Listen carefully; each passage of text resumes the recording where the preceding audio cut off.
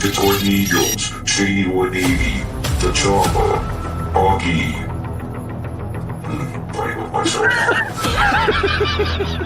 And we can save him first. And the fallen Fett are in need of your help. Return to Earth on Thursday night to catch their non-dolls presented by the tornadoes. 8:15 p.m. PST. Boogie, gather the troops and roll well. Whip.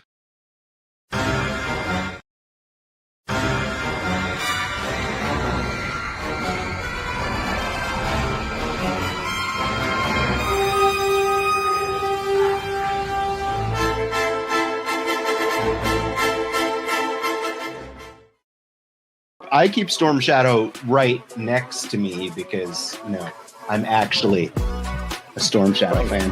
Do you have one within, like, gripping distance? Yes. Yeah. Swear to God, I do have one. Are you sure about that? I just cleared off my desk because of moving everything. I swear to God, there's one here. He still can't find it. Okay, Rip into it. Rip into it! All right, guys, this is for you.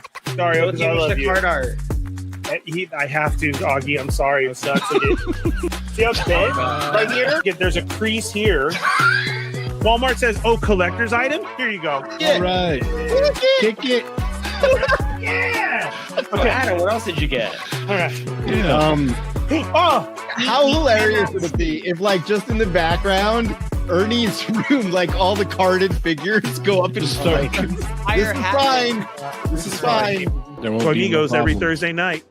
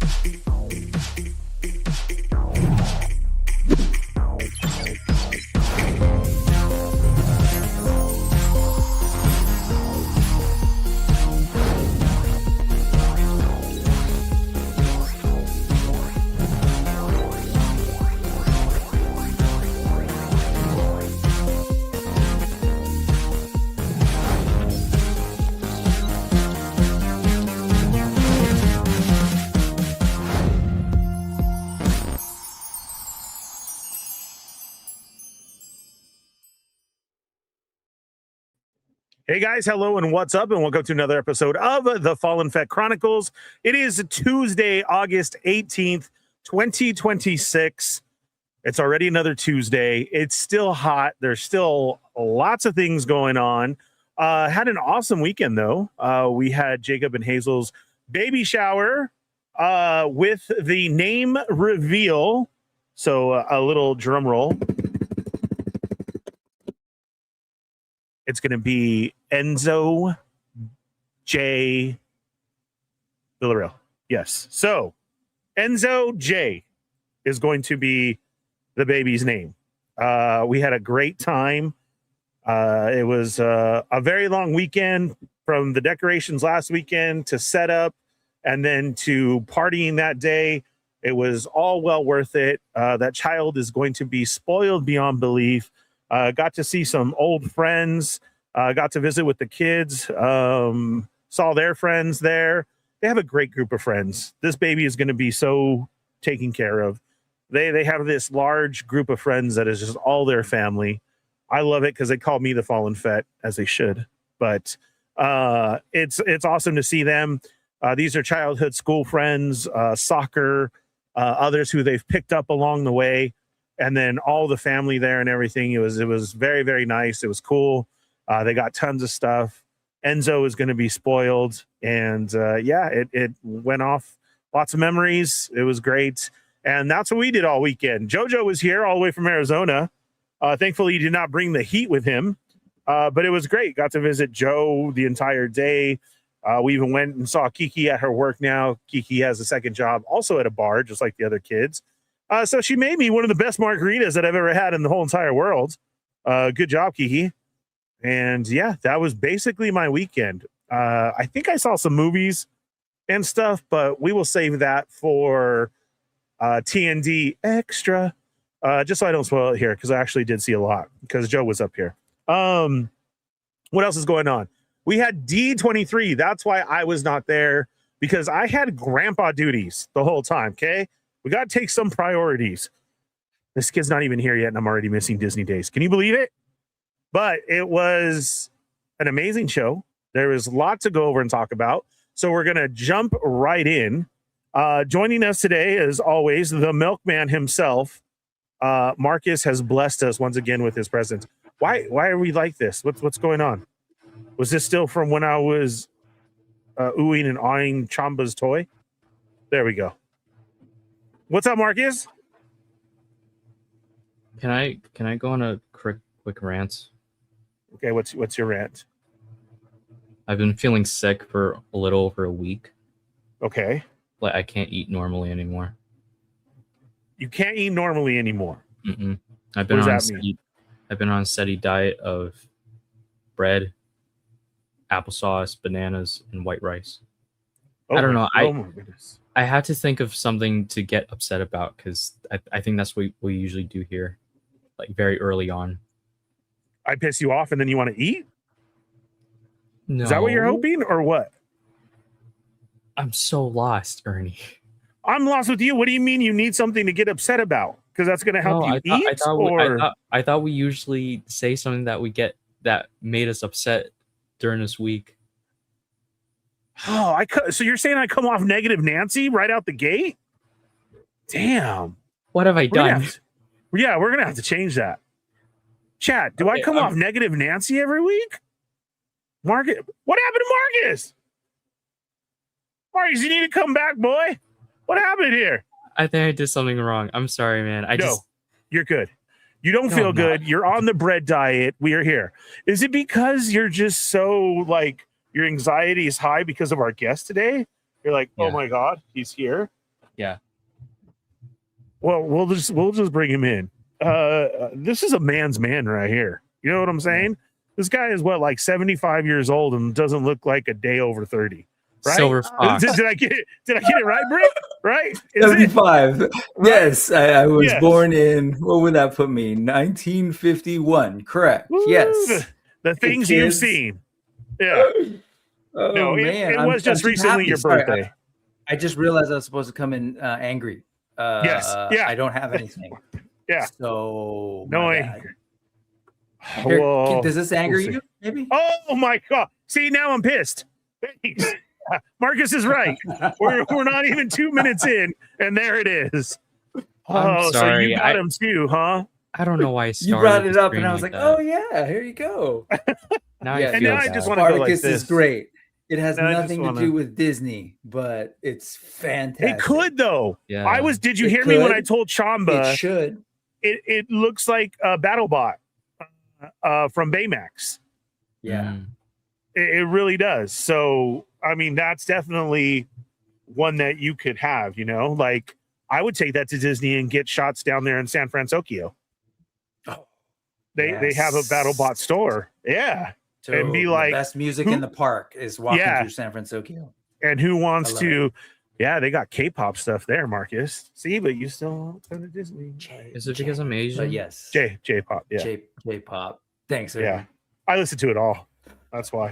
Yeah, I know. J, K. J, C, N. Yeah, yeah. I listen to Z. Crip Pop. I'll even listen to Blood Oh, Pop too. Crip Hop. Oh, Yeah. sorry. Crip Hop. That That's That it's a reminds little me- different. Of Yeah. like that reminds me because my mom, she instead of saying like crisp, she would say crips. So she would say like, "Can you Oh. pass the Pringle crips?" And it's like, Dang. Mom, that's how we get in trouble. Yeah. She's blood. So yeah, that's Yeah. where your gang came from. Then is your madre? Yeah. Wow, Hey, she was the Here, first one. you are not grumpy. You are not negative, Nancy. You are joyful. And congratulations, dude. Congratulations on little Enzo. That's awesome. Thank you. Don't bury that lead. Let's go back to that real quick and celebrate. I have somebody in my life who actually has that name. So I'm curious, where do you know where they came up with the name? I don't. He was just going on and on about different names. They ended with that. I do know where Jay is from. So because my son is Jacob, everybody keeps saying baby Jay. That's all we keep saying because, little baby Jacob, baby Jay. So they stuck with the J. So everyone can still continue to call him baby Jay, even though his name is going to be Enzo. Yeah. If I find out for you, I will let you know. But yes, Enzo J. You are the second person that I've met. So that he would be the second actual human being, not a isn't it a shoe place? No, that's Aldo. But it's the Ferrari guy is named Enzo. But you're the only actual person that I know with that name, other than this person. And then here was the trip out part. Joe, his older brother, the oldest of all my kids, Jojo throws out that he knows somebody who is exactly named Enzo J. With the J too. Yeah. No, and really? then I was like, okay, you didn't tell that to Jacob, right? So I don't know what ended up happening, but I like the name. It rolls off the tongue. It's a cool name. Enzo, little baby J, will be on the way sometime in October. It was a fun day. I had door and raffle duty. Let me tell you, I had strict rules. Raffle duty, because if you bought off this was kind of cool idea they did. If you brought diapers or you bought off the registry, then you got a raffle ticket, and they gave away a 58-inch TV. Oh, that's what I'm saying. Yeah. So I'm like, yeah, I bought off the registry. These kids do it different these days. Right. Oh my God. Everything is so different. Yeah, dude. Back in 1951, we didn't do that. No, not at all. Yeah, right. You hopped in the horse and buggy, let everybody know, hey, we were just lucky the child survived past 6 months or so, because that was a huge deal back in when we were crossing the mountains and stuff in our wagons. The kid didn't get typhus. Yay! It was done then. Yes, absolutely. No, congratulations, though, Grandpa Fett. I think that's dope. Man, that's amazing. Yeah, thank you. It was a great time. It was a lot of fun. I was strict on those tickets, man. If you did not, I said, well, you have a chance to go to Target down the street and come back and get a raffle ticket, or you could just put that gift right there. Make them feel a little something, and then let them know, don't be staring down people. There's going to be no ins and outs, and don't think I don't know.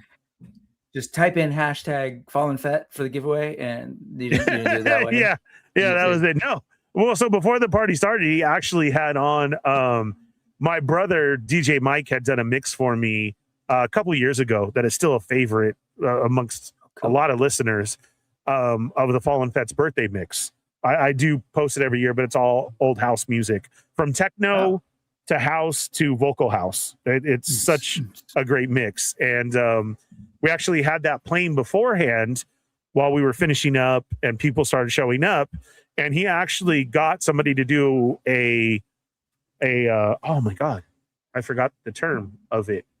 Basically, this girl comes on and says, don't forget to follow the Fallen Fett on YouTube. You're listening to the Fallen Fett. Yeah. So yes, they knew. But like I said, I'm not kidding when Jacob's friends and them and the girls and Joe, it's such a great group. They always say Fett, or they say Fallen Fett. Yeah. So we were doing movie reviews as we were waiting. We were doing bunches of stuff. So it was house though. Was it all sexy? You're listening. Oh yeah, it's a girl with a I think it's Australian accent. Oh okay. Yeah. Wait, it's a real person, or is this AI? The AI. No, it's a real person. Oh, no, okay. It's a real I don't know who she is. She's somebody who my brother got to get it recorded. Yeah. Cool. So it's awesome. I have it on my phone somewhere. I actually even have it here somewhere. It just takes a long time to get there. But yes, they were all asking why I was not at D23, my thoughts and everything, which leads us to tonight. That's why we got Brick something here. We are both big, huge Disney heads and people. Yes, we are those Disney adults. So tonight's episode will have a lot to do with how we do Disney. We're going to get into the news that we remember, the best news. And then, yes, Federation chat, what you guys go ahead and mention also as well what you guys took away from this weekend at D23. I will tell you, Marcus, this was a shock to me. I'm sure it was to you, Brick, too. You know what? Before that, we'll check in with the chat. But Brick, go ahead. I apologize, man. You are coming on over here. Why don't you go ahead and introduce yourself to the listeners, to everybody who's listening? We're on Facebook and Instagram Live and also Twitch right now. So who's ever listening, once again, I do want to make the comment. People have hit me up about you never answer me on Instagram. I'm sorry. I can't see it on my StreamYard. That is what I use on here. StreamYard, I can only see YouTube and Twitch comments. So I cannot see Instagram comments. I apologize. So why don't you hop on over to YouTube? The link is there somewhere. And come join us. And then you can comment here. Let us know what you thought about D23 and everything. And but Brick, we'll have the floor right now. Just go ahead and give yourself a little introduction, man, and let them know exactly who you are for those who don't know. All right, folks. Hi, I'm Brick Something. I was apparently born in 1951, but actually 1976. So grew up in the LA area. So going to the original park, Waltz Park in Anaheim, was just a thing that we did, especially as we had family coming in from the Philippines or wherever. I was like, hey, you got to check out Disneyland. Let's go. Anyways, I do YouTube stuff, mostly talking about toys, action figures, because no one does that. But on Sundays at 3:45 Pacific, I do the news, and both these guys have come hang out and talk toys. Yes, we have. But I too, I've been bugging Ernie because I'm like, dude, let's talk Disneyland, because I don't do that enough. And so I love it. And I also the reason I get to still go to Disneyland, because it's expensive as hell, Ernie. I don't know how you do it, but I know you're an annual. Oh no, what do they call it now? Annual pass holder. Oh, okay. Yes. Sorry, magic key holder. Magic key holder. I have the keys to Disneyland. Yes, and so I am blessed to have a brother who actually works for the parks. He's works for. He's an Imagineer. He's been working there for a long time. He's grown old in the company. Sorry, he's older than me. So sorry, Ted. He was actually on the show with me this Sunday. We're sort of celebrating. It was my birthday, folks. If you didn't get that, it's also the 4th anniversary of the channel fell on my birthday. So he came on and we didn't talk Disney, and I wish we did, but it's hard for him because it's work and he can only rep it so much. Right? Yeah. So we just talk toys, because that dude got me into toys. He's 5 years older than me. When I was born, I inherited his toy collection, broke some of it, but he and I have been collecting toys forever. So it's always fun to have him on the channel talking toys. But anyways, that's what I do. Let's talk Disney, man. D23 awesome. Wild. Thank you for being here. We are going to check in with the chat real quick just to see who's in the house real quick. We got Sonic is here. What's up, Sonic? How are you? Dude, does anyone else hate sleeping in through your day off from work while you have things you've been wanting to do on your day off? Yes, because Sonic is also sick. So, Marcus, whatever you had, you're spreading it out there. Maybe, you're patient 0, and then this is all going to come down to Marcus's fault of the zombie apocalypse. What do you think, Marcus? I'm so nervous to the point where I'm basically going nonverbal. So I apologize. What's wrong, Marcus? We are good. I don't know. Today is just a really weird. Go get your blankie. Do you have your blanket? I have 3. Can I just So before I know we're milk though. Before Ernie was like, so before this started, he's like, Marcus, sorry, I'm gonna peek behind the curtain. Just pretend you like Disney. So I will just say, if you're like tripping on not knowing Disneyland stuff, don't even worry about it. It's just like, just hear it. I would, I am actually really curious to hear what you think about some of this stuff. As someone, have you ever been? Sorry, we were in the middle of saying hello to the chat. We should finish that before. It's your fault. You started blaming him for the plague. I'm trying to bring him out here before the plague, finishes everybody. and then they find out that it was Marcus, and then You know have explaining to do. that clip of You're not helping Grogu. her. You know that clip of Grogu like after using the Force and he just like lays on his side and falls asleep. that's gonna be me in a couple of seconds because Okay. Oh no. If I'm you fall gonna- asleep, no, don't I'm just worry. gonna shut down. It's not I like will wake sleep. you I'm up. not tired. It's just You can't shut down. You are going to be okay. Take some Flintstone vitamins. No milk, though. That's not good. Let's do a little glass of OJ, and you'll be fine. Okay. You probably have to take a Dino, a Pebbles, drink some orange juice, and then wash it down with the Fred, and you'll be fixed, brother. Okay. I promise you. Flintstones kids. Yeah. That's what you have to do. Okay. The One Fist, what's up? Oh, and I was gonna say it's all right that he hasn't been to Disneyland because this is our entertainment guru for the channel. Like he knows all the actors' names and everything. And then I always have to say, what movie, Marcus? Because I only know movies. That's all I know. I don't know the actors or actresses that were in them. Marcus does and knows like what commercial they were in, how they started, everything like that. So dude. there was he can lots of split. entertainment. He can. That's Yeah, the Mafex sorry. one. Yeah, I just got it like a couple days ago. Crotch. Nice, sorry. awesome. One Fist is here. Santo 1414. What's up? How are you? Brad, what's up, brother? How are you? Welcome. Brad, what did you think of all the announcements, man? Yeah. Will the baby shower be Star Wars themed like the lightsaber? We'll go. No, we already had it. It was a bear theme. I think Marcus has stomach virus or food poisoning. RMD, what's up? Congrats to Ernie. To you, Ernie. Abuelo Fett. Thank you. Grandson getting his first Boba Fett bucket. Oh, he will. He's going to get all the things. Oh, hell yeah. And he can do the splits too. I want that so bad. Oh, Marcus is in love. You know, people don't want to eat the first days in love. That's true too. That could be it. Let's see. Cheney is here. Body shots, because I mentioned Disney, of course. Rick Jones is in the house. What's up? How are you? Rick something. What did you get for your birthday? I got Spartacus. I got that. That's an awesome gift. How long ago was that? However, that long ago was me predicted that it would come on my birthday, and it came the night before my birthday. Oh shit! That is wow. Yeah, it's All right. perfect. It was beautiful. Now say that the three of us will get the winning lotto numbers, and we will all be taken care of and have no worries in the world. That's what we need next. God. Let's see. Rick, Lucasfilm are scared to release the teaser for Starfighter. Will it suck and doom Star Wars? I see what you did there. I don't know. I had called that too on different shows as well too. I really thought we were getting a teaser for Starfighter. I don't know what happened. John to the Ross, what's up, brother? John, bro, I've seen that you're getting back out there and you're going to the Rosses. I still have not had a chance because work is too busy and I can't. I know Matt hasn't either. That's our little crew right there. Have we not found an Elvira yet? Because that's like bumming me out. Because we're finding like everything else except Elvira. Any version of Elvira. I need an Elvira. I'm having Disneyland withdrawals. I'm hella missing Galaxy's Edge, and I want to see the new changes. Dude, I have to get there this weekend because I'm a huge gamer now. You know, my gamer tag is The Fallen Vet.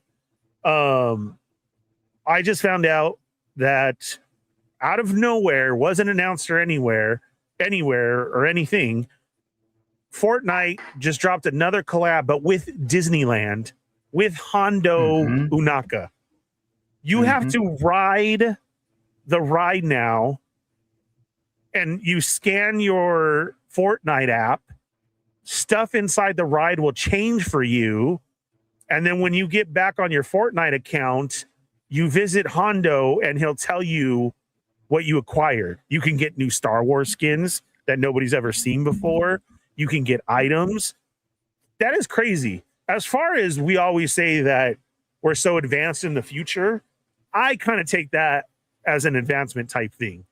To go to Disneyland, use your phone to play a game which changes the ride, then to come back and receive said gifts, like all because you visited Disneyland and you use your phone in order to do that. That's pretty wild to me. That's like changing times for sure right there. And I've heard it's very successful. There is no like glitches or problems. That's pretty crazy. But that wasn't even announced this weekend. That was just announced through Fortnite. Shell Presence is here. What's up? Rick Jones saying, what's up? Sonic. I'm with Marcus. I've never been to Disneyland either. Yeah, you live right here, Sonic. Are you Wait, serious? Yeah, Good I for really you. thought you I have. suppose. Stay strong. I Johnny guess. Cock is here. What's up? Will Marcus be that cute when he passes out? Yes. No. He just, and probably Johnny, like, I imagine his hair fixes himself too. Like, he lands on his headphone and his hair is just like perfect. That's what I see too as well. Mark Rose is here. Sonic again. Okay, so Bradley says Coco 2 looks a lot more interesting than I thought it'd be. Felt the same way. We got to see that. Ernie, put a red and blue lightsaber on the floor and let your grandson choose his destiny. Oh, that will happen. That will happen for sure. For sure. Also joining us today. Wait. Can I do it? What? Yes, go ahead. Did it work? Ooh, nice sound. Introducing to the stage, very special guest. Another very special guest. Hey. Marcus. That was nice. I like it. I like that sound. That was a fun sound. Out of all the things that I just panicked, that was the one of the few things that went right. So I'm gonna nice. take it. That was Take That whatever was it a is. win. That was a win. Was that the first appearance of that sound on this show? No. No, I've We used usually- it Oh, before. okay. I was gonna say, yeah. a nice Star sound. I'm going to Tours. I bed now. love it. Thanks everyone. It is Star Tour. So Star Tours. What's up, Jamba? you Yep. hop in whenever you're ready, Marcus. You just lay there, listen to us, and say, you know what? Actually, hi, Chamba. How are you? Not bad. Not bad. Good. How's everyone? Good, man. Good. We got Brick here. We're going to go over some Yep. D23 stuff. Cool. So Bradley's the only one who's answered so far. And he said Coco 2 looks a lot more interesting than he had thought. does. So they did show us some new art from Coco 2 coming up. Ooh. And he's extremely older now. I can't Oh, say wait. extremely, but that's He's a definitely rarity. Yeah, and that's a rarity in Disney, even Pixar movies, to go ahead and jump that far. And they definitely are. They I like it. Oh I shit! like it. Look at it, Marcus. I Yeah, love you. dude. Look It's at almost this. like they aged him up the same amount of years it's been since the first one. Yeah, which is like I said, that's a rarity, right, That's Brick? refreshing to me. I like that. Oh, it was great. He looks like he's about to play some like Morrissey covers, and yeah, dude. Dude, He if looks they great. do, that would be Yeah. so awesome. Good And he his says- hair. This is Oh. Mas. Yeah, he's definitely the vibes are there. The outfit is fantastic. I agree with you. I'm glad he still has the guitar. And I like it. Like I'm for it now because not that I wasn't for it now, but I guess you could say it makes me more excited because wow, I was not expecting that whatsoever. So this was one of the ones, but then also Coco related is we have the ride. That's going to be coming as well. There was an update to that. Now, That's I'm in getting Florida. Yes, in Animal Kingdom, or where is that? okay. See, this is where I totally messed up, and Oh, it's now fine. I don't know. Somebody's going to have to correct me, or unless Marcus has it already. I thought the Coco thing was for Disneyland, I did. I thought Coco and Encanto was for in the Disney back, World. and Encanto is Disney World, right? Yeah. Okay. Okay, so I believe going off of the two because there was so much, I believe Coco is going to be a boat ride, like pirates type thing. Okay. So we get to go through and see that. And now, if you're wondering where are they putting Coco, if you've been to DCA, Disney's California Adventure, so that's how we're gonna that's how we're gonna say Disneyland's California Adventure tonight is DCA. Is it's in the back behind Goofy Sky School, which okay. was a very open area that they had. Now it pissed off the workers because I guess that was like a break area for them and a very quick exit to get to places, and now it's taken away. So they're doing the whole ride thing behind there, which to me is good. Like we're expanding the park, onto new places that we didn't think were there instead of just shoving it in to what's already there. So I like that. So yes, Coco will be coming, and it will be a boat ride, and that's what we know. And we will be getting this. I believe they said 2028 was for Coco 2. Marcus, is that correct? Or no, we didn't get a date. See. I think it says November 2029, according to Variety. That's also, they haven't broken ground yet, so I can't imagine they'd get let me that double done by check 28. because let me double check. But also, I found out that apparently the main villain from the original film will be returning as the main villain here. Ernesto de la Cruz? Mm-hmm. Oh, I didn't know that. Let me see. So yeah, Coco 2 will be in theaters November 2029, and also related to Coco, Coco will be in Kingdom Hearts 4. Wow, which was kind of surprising. That was big too. That was dope. That was huge news. I would say that basically blew up the internet from Friday on was the Coco reveal of Kingdom Hearts. I sent it to JoJo, who grew up with that, my 26-year-old. It's amazing to me how long this game has been out. And it's kind of sad of how much love they don't give it at times. Not until this weekend was it labeled as a $1 billion property. They finally have said it. And they did give a date that it will be released at the end of 2027 for sure. And then they gave us this Coco visual of Sora there. And then they went on to extend the very teaser trailer that they had of him in that city and fighting. And then we get to see Mickey and Goofy and Donald. And it was amazing. All I got to say is I want that Day of the Dead Keyblade. I don't have Keyblades. I know Joe has some. Jeff, on the other hand, has, I think, 8 of them. Has 8 Keyblades. Yes. And I saw them at the reveal of the Day of the Dead one. And yeah, I want that. I'm only into Kingdom Hearts because of the kids playing all the time.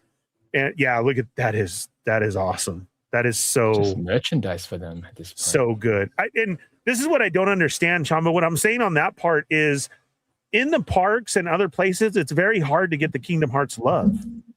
And I don't know why they don't, because every Tuesday is a pin release. That's pin release day for the trading pins. Well, for the past year, they've had a Kingdom Hearts Keyblade with a special logo of Kingdom Hearts behind it, and it sells out immediately. Lines every Tuesday morning, past who knows even where it goes. And it's like, when are you guys going to catch on? Then at the beginning of this year, we had news that Disneyland was going to have a Keyblade, and everybody was freaking out about it. And then they showed it, and all it was a upscaled replica to the toy Keyblade that they were giving a pin. It's still something close, but it was like, do you not see like how lit the internet was over just the announcement that Disney was going to have its own Keyblade? And they should treat it like lightsabers. Yes, absolutely. If they were to do it, like have it at Tokyo Disney, would be phenomenal. Like if each land had their own exclusive version as well, that would be tight. But yeah, like do it because now that this has been announced, this is like merchandise galore. Let's see what happens. The biggest challenge is who own it's not theirs fully owned, right? So I think that's where when it comes to parks stuff, they parks, tend to keep that could be pretty tight. that could easily be something that they could work out though. Sure. You know, correct. Them being Disney, like if say merchandise as far as figures and whatnot, that can go to Square Enix primarily. Anything in the park that could be Disney stuff. They could easily work this out if they really want. The only because I'm like, I don't remember seeing a ton of stuff even in Tokyo Disneyland, but where I did see it were like in their version of like Downtown Disney that was outside by like Disney Sea. There was some stuff out in that little like kind of mall eating area. Still very little. Beyond. Yeah. Very little. Just not understandably because Square Enix is they hold it close to the chest, but with the announcement of the game, also the new series, that's just it's easy for them to be like, let's both make money from this.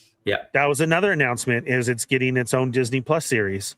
That's like all this was so huge. And then today's announcement, as we're still, just taking all this news in, is as of this morning, it was number 2 on most downloaded Steam game once again for the original Kingdom Hearts just being there for sale. All of a sudden, it shot up to number 2, which made me wonder what's number 1.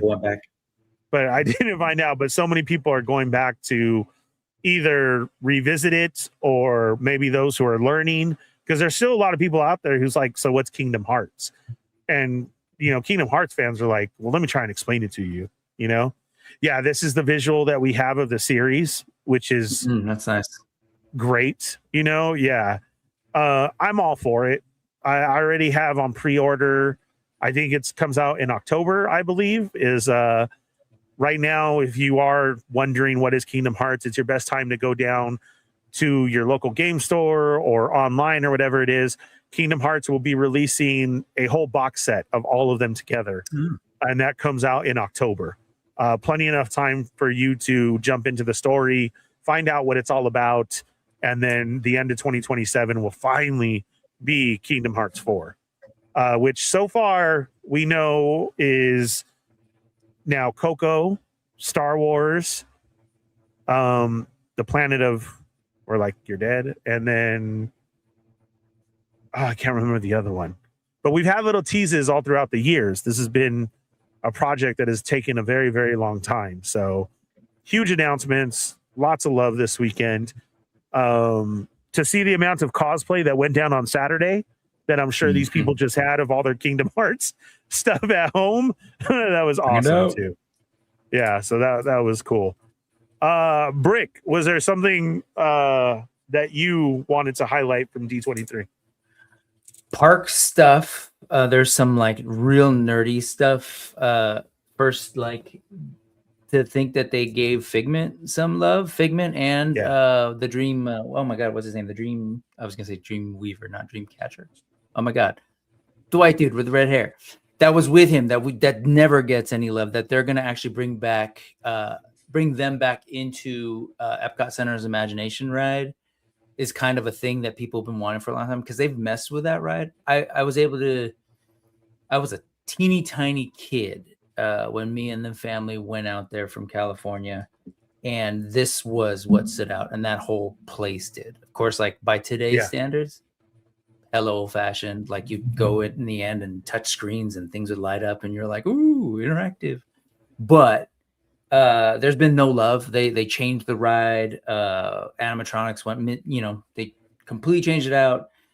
And so a lot of folks were like, when are you going to revamp that thing? Because it needs to happen. And when you do, can you bring things back? And so I'm happy to get Figment back in that Imagination ride. Hopefully they actually, like, in my perfect world, they would completely redesign it. But meaning like tear it down and redo it instead of just sort of like sprucing it up and using the same track and same system and everything.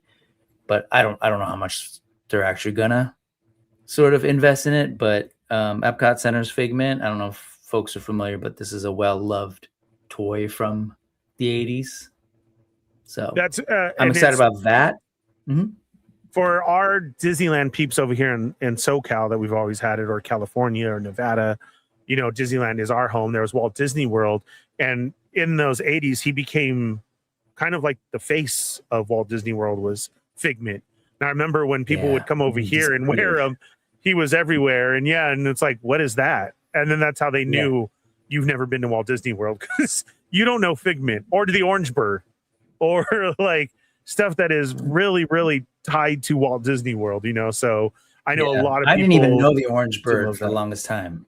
Sorry. I didn't know it. That was like much later. Like I basically went when I was a kid and then didn't go back till 2011, I want to say. So like very limited experience in Florida, but that thing was kind of a big deal because it wasn't Mickey. It was like something completely new. It was a purple dragon, and it was all about the imagination and like which that is good. place was really cool. Yeah. The pavilion was really cool back in the day.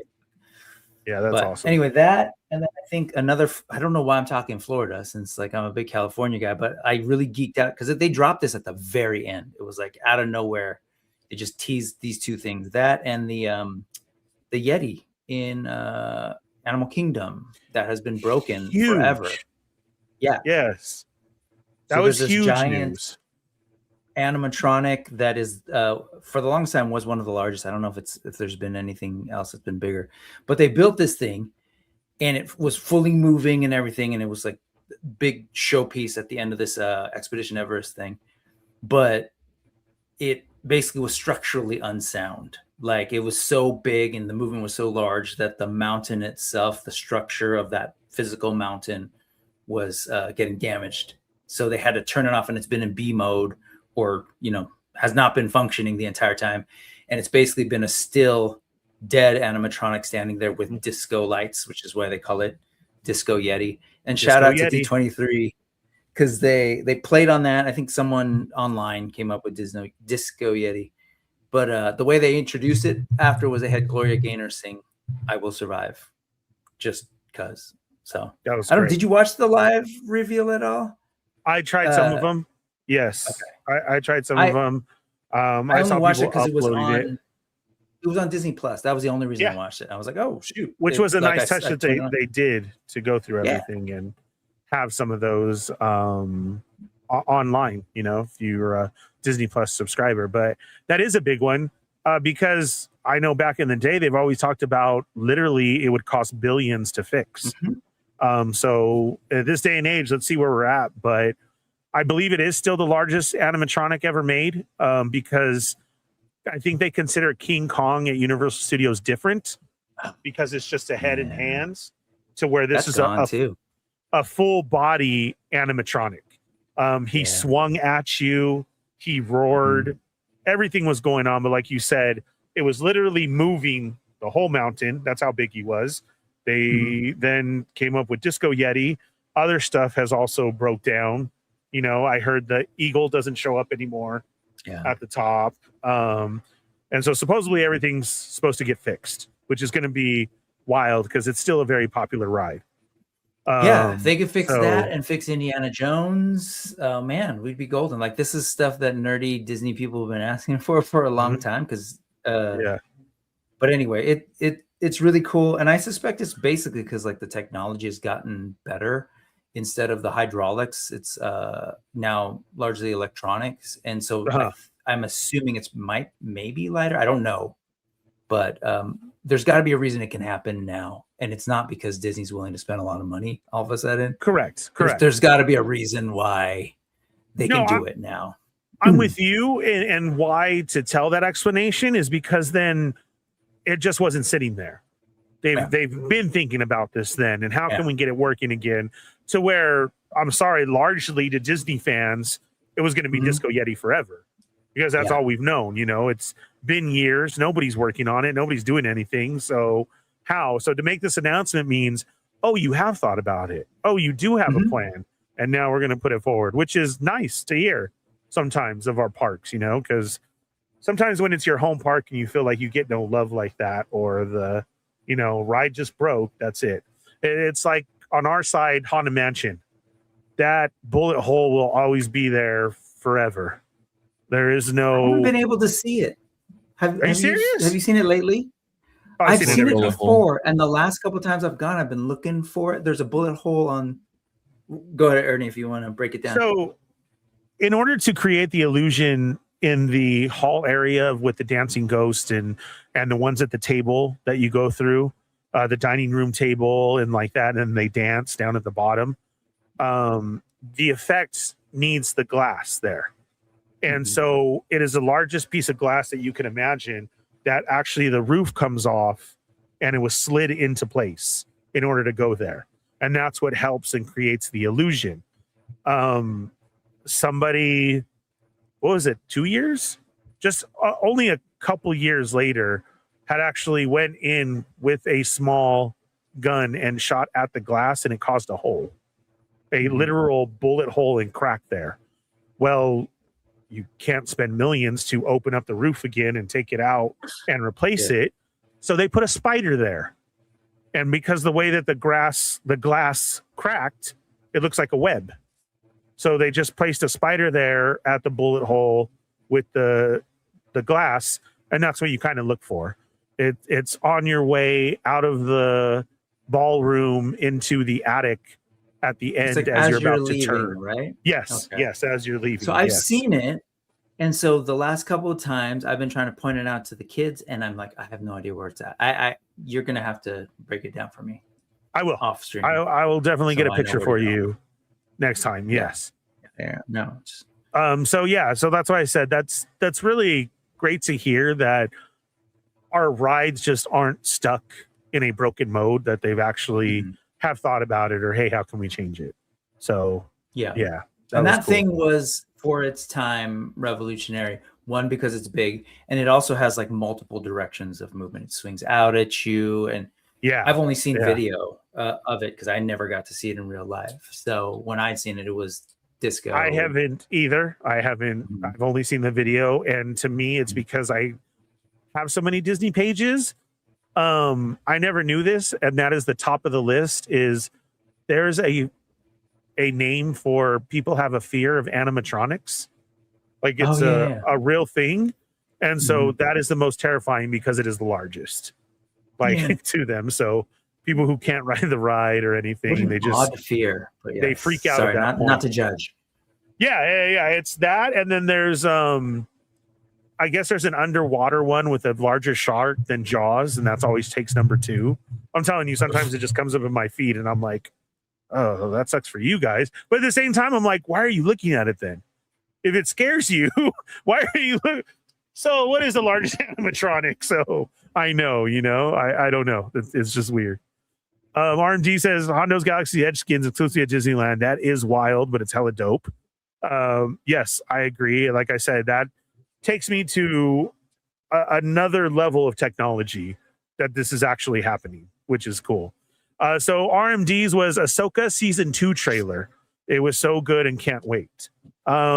Yes. So what I wanted to mention was we follow lots of cons because 1, Chamba, that's actually Chamba's work involves cons. 2, we collect. We've liked to visit cons and everything. I was very, very surprised that Friday went on all day and so late of drop after drop after drop after drop of info. And I was like, are we saving anything for the weekend? Like, no, okay, we're just throwing it all out there Friday, even late at night, and here you go. That the entertainment was stuff crazy to me. Well, even the ride stuff went on. I mean, it was basically Saturday and Sunday was just to then talk about what was announced all Friday, because it started during the day that they were just making all these announcements, and that was so crazy. Like, what? So Friday, I think during the day, it was like the Horizons Imagineering sort of area where folks could see the models and stuff. Then from Friday, like afternoon, all throughout the night, it was all the amazing, like, that was the panels for Marvel and Star Wars and all the entertainment. And Saturday, the big panel was the parks proper Imagineering stuff. And then, like you said, it was just all blending because it's, like even the Coco thing, I kind of lost. Oh wait, that was the one that's that was so much. Area? Yeah, it was stacked. And that's even as we're talking, I'm just like, God, there's an Indiana Jones update going on where they're actually going to use Harrison Ford. Like, there's all sorts of really, there's just a lot. So, anyways, So RMD's was his takeaway from the show was Ahsoka. So we can talk about that real quick. So we had Anakin and Ahsoka there, and just seeing them together is always so great. And then they did drop the season 2 trailer. We're getting young Ahsoka again with Anakin in the snow gear. Oh my God, which is just always cool because that means, of course, another figure. But still, I like it when we do get that. Take my Star Wars card. I have no idea who this dude is. I think this is totally new. Yeah, I will admit, I kind of got like Darth Bane. I know chronologically it doesn't make sense, but it's just like the eye tattoos kind of came to mind. That's what I saw. And then the different color lightsaber. That's definitely a different color. So Ernie, he's a panda. What?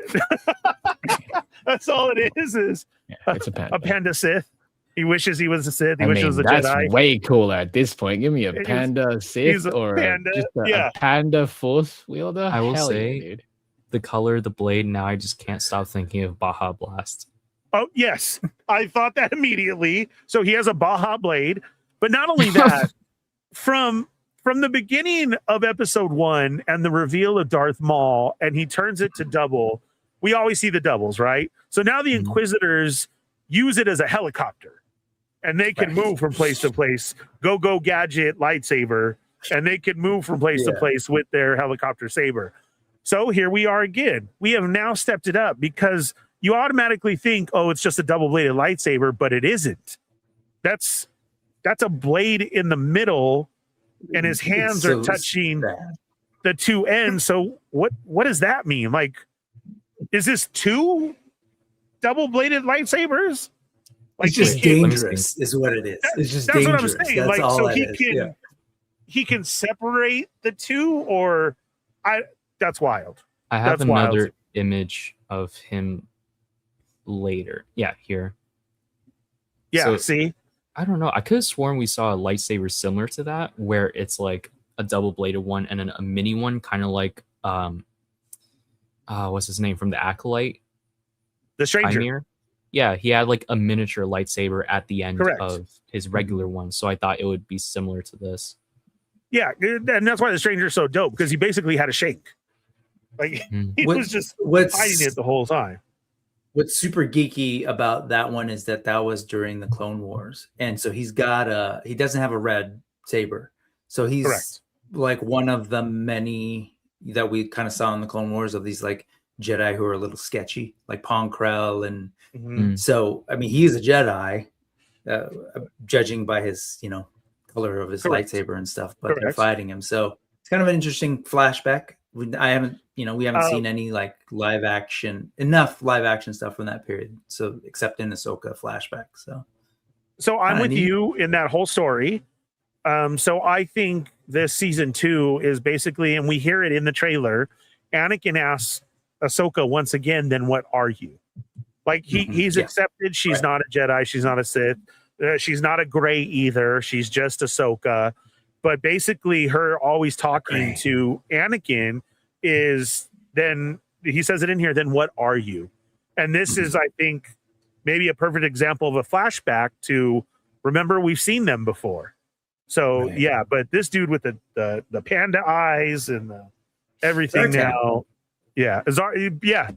Zartan. So now we've crossed G.I. Joe finally into Star Wars somehow. Yeah. I mean, Star Wars is going to cross into Marvel through the comics. So yeah, we'll have to see. But yes, we got this announcement. Very cool that Hayden loves it so much to keep wanting to reappear. Now, there was a rumor going around that they saw a special video as well, and that Obi-Wan was there too. This is funny that we just said this, because last week on Sarlacc Digest, Moocher had just brought up the point that Ewan McGregor is really shopping going around that he wants to play Obi-Wan until his age catches up with Alec Guinness. Like he's fully into it. He's said They it should on let him. interviews. Correct. Well, then now supposedly there was a rumor that they saw a trailer that he's in this. So maybe he's talked his way back in, Clone Wars, him and Anakin. I would love to see that banter. Like I'm down for it. I don't need a special Obi-Wan show, but like this to keep on showing him, also there of Anakin teaching Ahsoka, but Obi-Wan still teaching Anakin. That's awesome. Like, go ahead, let that happen. So yeah, that's cool. They had those jackets and outfits on the floor too. Folks sent me some photos, and it's all on social media and stuff, and they look good. Like if they just sold the jackets, man, I could wear them for like a tiny window here in the Bay Area, or if I ever go to New York. But it would be nice. Again, lost merchandise that I feel is so lost at Galaxy's Edge that I explain to the guys all the time, because only for a short while, because they all sold out, were during like the end of October when it was raining really bad, did they sell the Endor ponchos, the green and brown ponchos, and it sold out immediately. Like I don't get sometimes when they don't take a clue to yes, we know it looks exactly like the movie. That's why we're buying it. Like, go ahead and give it to me. That's it. The secret of Batu Galaxy's Edge is that the merch there, some of it's a little dodgy, but most of the merch there is meant to be in universe, so you don't get like Galaxy's Edge across your chest. You know, Correct. like you get stuff Right, that's right. sort of meant to be in universe, and it's great. Yeah. They should just make merchandise that doesn't have to say where it's from. 100%. Like Exactly. that's the whole point of it, right? You Dude. want it to be the whole like a cosplay type thing, but something that can be just wearable. Yep. You know, Correct. if you know, you know. Like Okay. I'm sure like on the label it would say Galaxy's Edge. That's fine Correct. if it's on the label, but it doesn't Correct. have to be plastered everywhere. Man, I've asked that so much from 200%. people It seems who like work. such a no-brainer at times where I'm like, Yes. That's what I'm all saying. the stuff that we see the characters or characters in general in the show Right. or movies wearing, just Yes. sell things that look like that, and that'll sell in itself. The answer I 200%. always get is that it sells more when 1,000 gift givers can buy it for other people and they only know it if it's no. And 1,000%. but you're absolutely right. 1,000%. So many of us would just buy it. And Because, make like, it a again, if you premium, wanna make it a brand it, premium item, right? Like That's the thing. Like, Yeah. and here's the Make thing: your money you could back. charge more for it because it's now, oh, it's a screen replica, 100%. and just Yeah. have your label. It's like premium Uh-huh. label, Galaxy's Edge. It's like Correct. It'll sell Yeah, itself. dude. Yeah. They, Like those ponchos. I'd wear that on I was- Tiana's, right? Like it's That's perfect. what I'm saying. I was just gonna say that, and then not only that, but then the robes that they sell a Right. brown and a black for the Emperor. Mhm. Always sold out. Wear it at home. I wear it at home. Always all day. gone. Yeah, All day. I'm serious. awesome. It's All the there. winter And coats, that they, mate. that's what I would say. Anything. So Brick would say, Ernie, that's dope. That's Anakin's jacket. Oh, yep, you like that? Yeah. And then Yeah. Marcus could say, Ernie, that's a nice jacket. I like the fur around the Exactly. hood or Cool whatever. jacket. Yeah, Mhm. thanks. I like it too. Not even have to explain where it's from or why or anything. Totally with you, Chamba. That would be amazing. So yeah, we This got is this. not part of D23, but the other thing I'll add is that when will motorcyclists start able to when will they start to be able to buy like Rebel helmets and just Yeah. wear them on the street? Come on, Yeah. give me a stormtrooper street Yeah. safe helmet, Yeah. and man, I mean, that would, I'm that sure would make companies all of could us do happy that. on the They street. would have not to just license it, right? Yeah. Like, and that's the thing. It's all about, and it'd have to be about safety because it'd have to Right. be a real functioning Right. helmet. And here's the thing: it doesn't have to necessarily look exactly like something that you would see in a movie. But if homage. Because we know what Exactly. it is. Yeah. exactly, they could license it, man. or it's like it'll protect your head like Yeah. a real helmet would. And It just you could tell that this is supposed to be a trooper. Dude, if you want to be safe, you got to wear full-on body armor. So come on, what Oh, would be more safe than full-on stormtrooper armor on a Yeah. bike? It would make my commute to work that much better. Come on, folks. Oh, I Thrawn miss it. is back. Anyways. Thrawn. We get Thrawn. So Night yes, our Sisters. story continues. And then we have who do we have? Hera, Jabba the Hutt, and somebody else new. So that's cool. Jabba the Hutt? Yeah, Well, that's a Clone Wars joke. the- I mean, Oh, that's a Rebels joke. Rebels. Yeah. Yeah. I'm The Jabba character Hutt. the character on the left, I believe he was in season 1 of Ahsoka, or was it Yep. The Mandalorian? But he was one of the, I think, one of the politicians, right? Mhm. And He I believe is, he appeared in Rebels. Yeah, and the few of us who actually watch Star Wars Resistance, you should check it out. I like the art. That's Homeboy's dad. Yeah. Did you just say That's, watch Resistance? Because I will have to end you on the show right now. No, I said the few of us that watched it. I said watch it because the art is rad. I liked it, but it's silly. I know. But come on, man, race cars. Yeah, race cars, I Starfighters? know. It did not resonate with me whatsoever. No. Okay, so I get that's it. Homeboy's dad then. Okay, gotcha. That is. He Didn't was kind of a recognize him. dick. Sorry, I forget if you can and say bad naughty words here. Yes, but yeah, he was a that's fine. jerk. Okay, He was so dick. he was a total dick. He's Yeah. like, trying to say that Leia is like a warmonger in the New Republic, sort of like political fight. Yeah, he's an a-hole, even in Resistance, but he gets his in Resistance. That's good. So that was RMD's pick. Cool. I of course love all the Star Wars stuff as well too. Marcus, did you Sorry. have one? What? Before you move on, that live action, more Night Sisters, not just the Night Wizards, but the Sisters. With the Night archers and Sisters. stuff. Well, this is two different ones. We have the one shooting the bow, which we've seen them before in battle. Then we have this one who is totally different, who seems to be having the magic shot at her, though. So do we have Night Sisters fighting Night Sisters? Like, I hope not. But still, if there's a story of battle of witches going on, then I'm all for it. Look, that's going through her. And that is the night magic going through her. Well, So it seems why? like they were I being mean- deployed by the Empire, right? Because they were brought in by capsules onto the New Republic ship, I believe. And we see more Night Sisters with the. Right. Mm-hmm. I'm already forgetting what the troopers are called. Are they called Night Troopers or Death Troopers. Okay, Death Troopers. I don't remember. But yeah, I think it's like if you ever watched the old or read the old EU Heir to the Empire trilogy, Timothy Zahn trilogy, they had like this whole subplot of like him coming back and controlling clones because of the Clone Wars, what they understood. I think that's what these are. These are like, remember they were pushing him in like sarcophagi?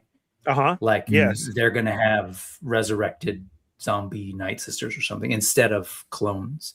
That'd be which is badass. kind of fun. Yeah, totally that'd be ties it all together. I was like, okay. Yeah. These I'm are here great for shots, Marcus. I didn't know you got so many. I panicked so bad before the stream when I was taking these screenshots because I had to go through like several different trailers. It's okay. This is our new actor that will be playing Balin Skull. Let me see his name. Sweet. He was is it Game of Thrones? What was his name though? The Mountain? I don't remember. Rory McCann. Oh, is it that guy? Oh, cool. Yeah, Yes. Rory McCann is the new Balin I think Skull, so. and A great He's a great actor too. Yeah. He's the Hound. The Mountain was the Yes. big Yeah, he's giant the Hound. zombie dude. Yeah. Hound, yes. Yeah, not to be confused with Hound in the No, he's Toy the Ghost. Hound. Your, not the Hound. your nemesis, right? No, the other one. Yeah. Here's I just want to say that go ahead. I just want to say it's really cool to see Hayden Christensen just like still reprising his role as Anakin after all these years, and I think this is the type of thing that I like to see more often. Oh, he said he's so in love with it. He is fully back, he said. Especially as again, the Force goes too. Another side interview was, as long as they'll take me, I'll do it, he said. It was that whole celebration point where everybody was cheering for him and everything like that, where he wasn't really resignating that he was still a thing. He really thought, that people did not like the prequels. He's not like, which is online all the time, so it's not like he's searching for it. So obviously he wouldn't know what the reception is. Absolutely. Star Wars fans are jerks and they think it's their property. And it's true. Plus, like even seeing online, it doesn't mean that's what it is in person. Because obviously when you went to an event, it's like, oh, okay. They actually welcome me. It's not like correct. Yeah. And he no didn't know how he fandom was- is. Go ahead. I was just gonna say, no fandom is like a monolith. Like there's this assumption that everybody thinks the way I do, but man, there are hardcore Clone Wars, hardcore prequels, hardcore sequels, and I think he was probably coming out of that era where there was a lot of hate for the prequels. And then it's like John was saying, he probably left only knowing the hate for him and not checking for afterwards. And then there was. It's you're not seeing the majority online. No. You're seeing Correct. only those who even speak. You're seeing the loudest minority. Yeah, for you're sure. seeing the loudest. Yeah. And But then so when you see it in person, go in person. he was able to then be there, and he didn't know how it was going to take of him coming back, even for the small role, Rogue One and like that. And then all of a sudden he was back, and then he started doing this more. And as this last interview, he said, I will be here for whatever they need me to, because I don't want to disappoint, and I have loved this forever, which is a great answer. And that he's overcame that part of, oh my God, they hate me. Like, no, it's not true, bro. Like John was saying, so that's cool.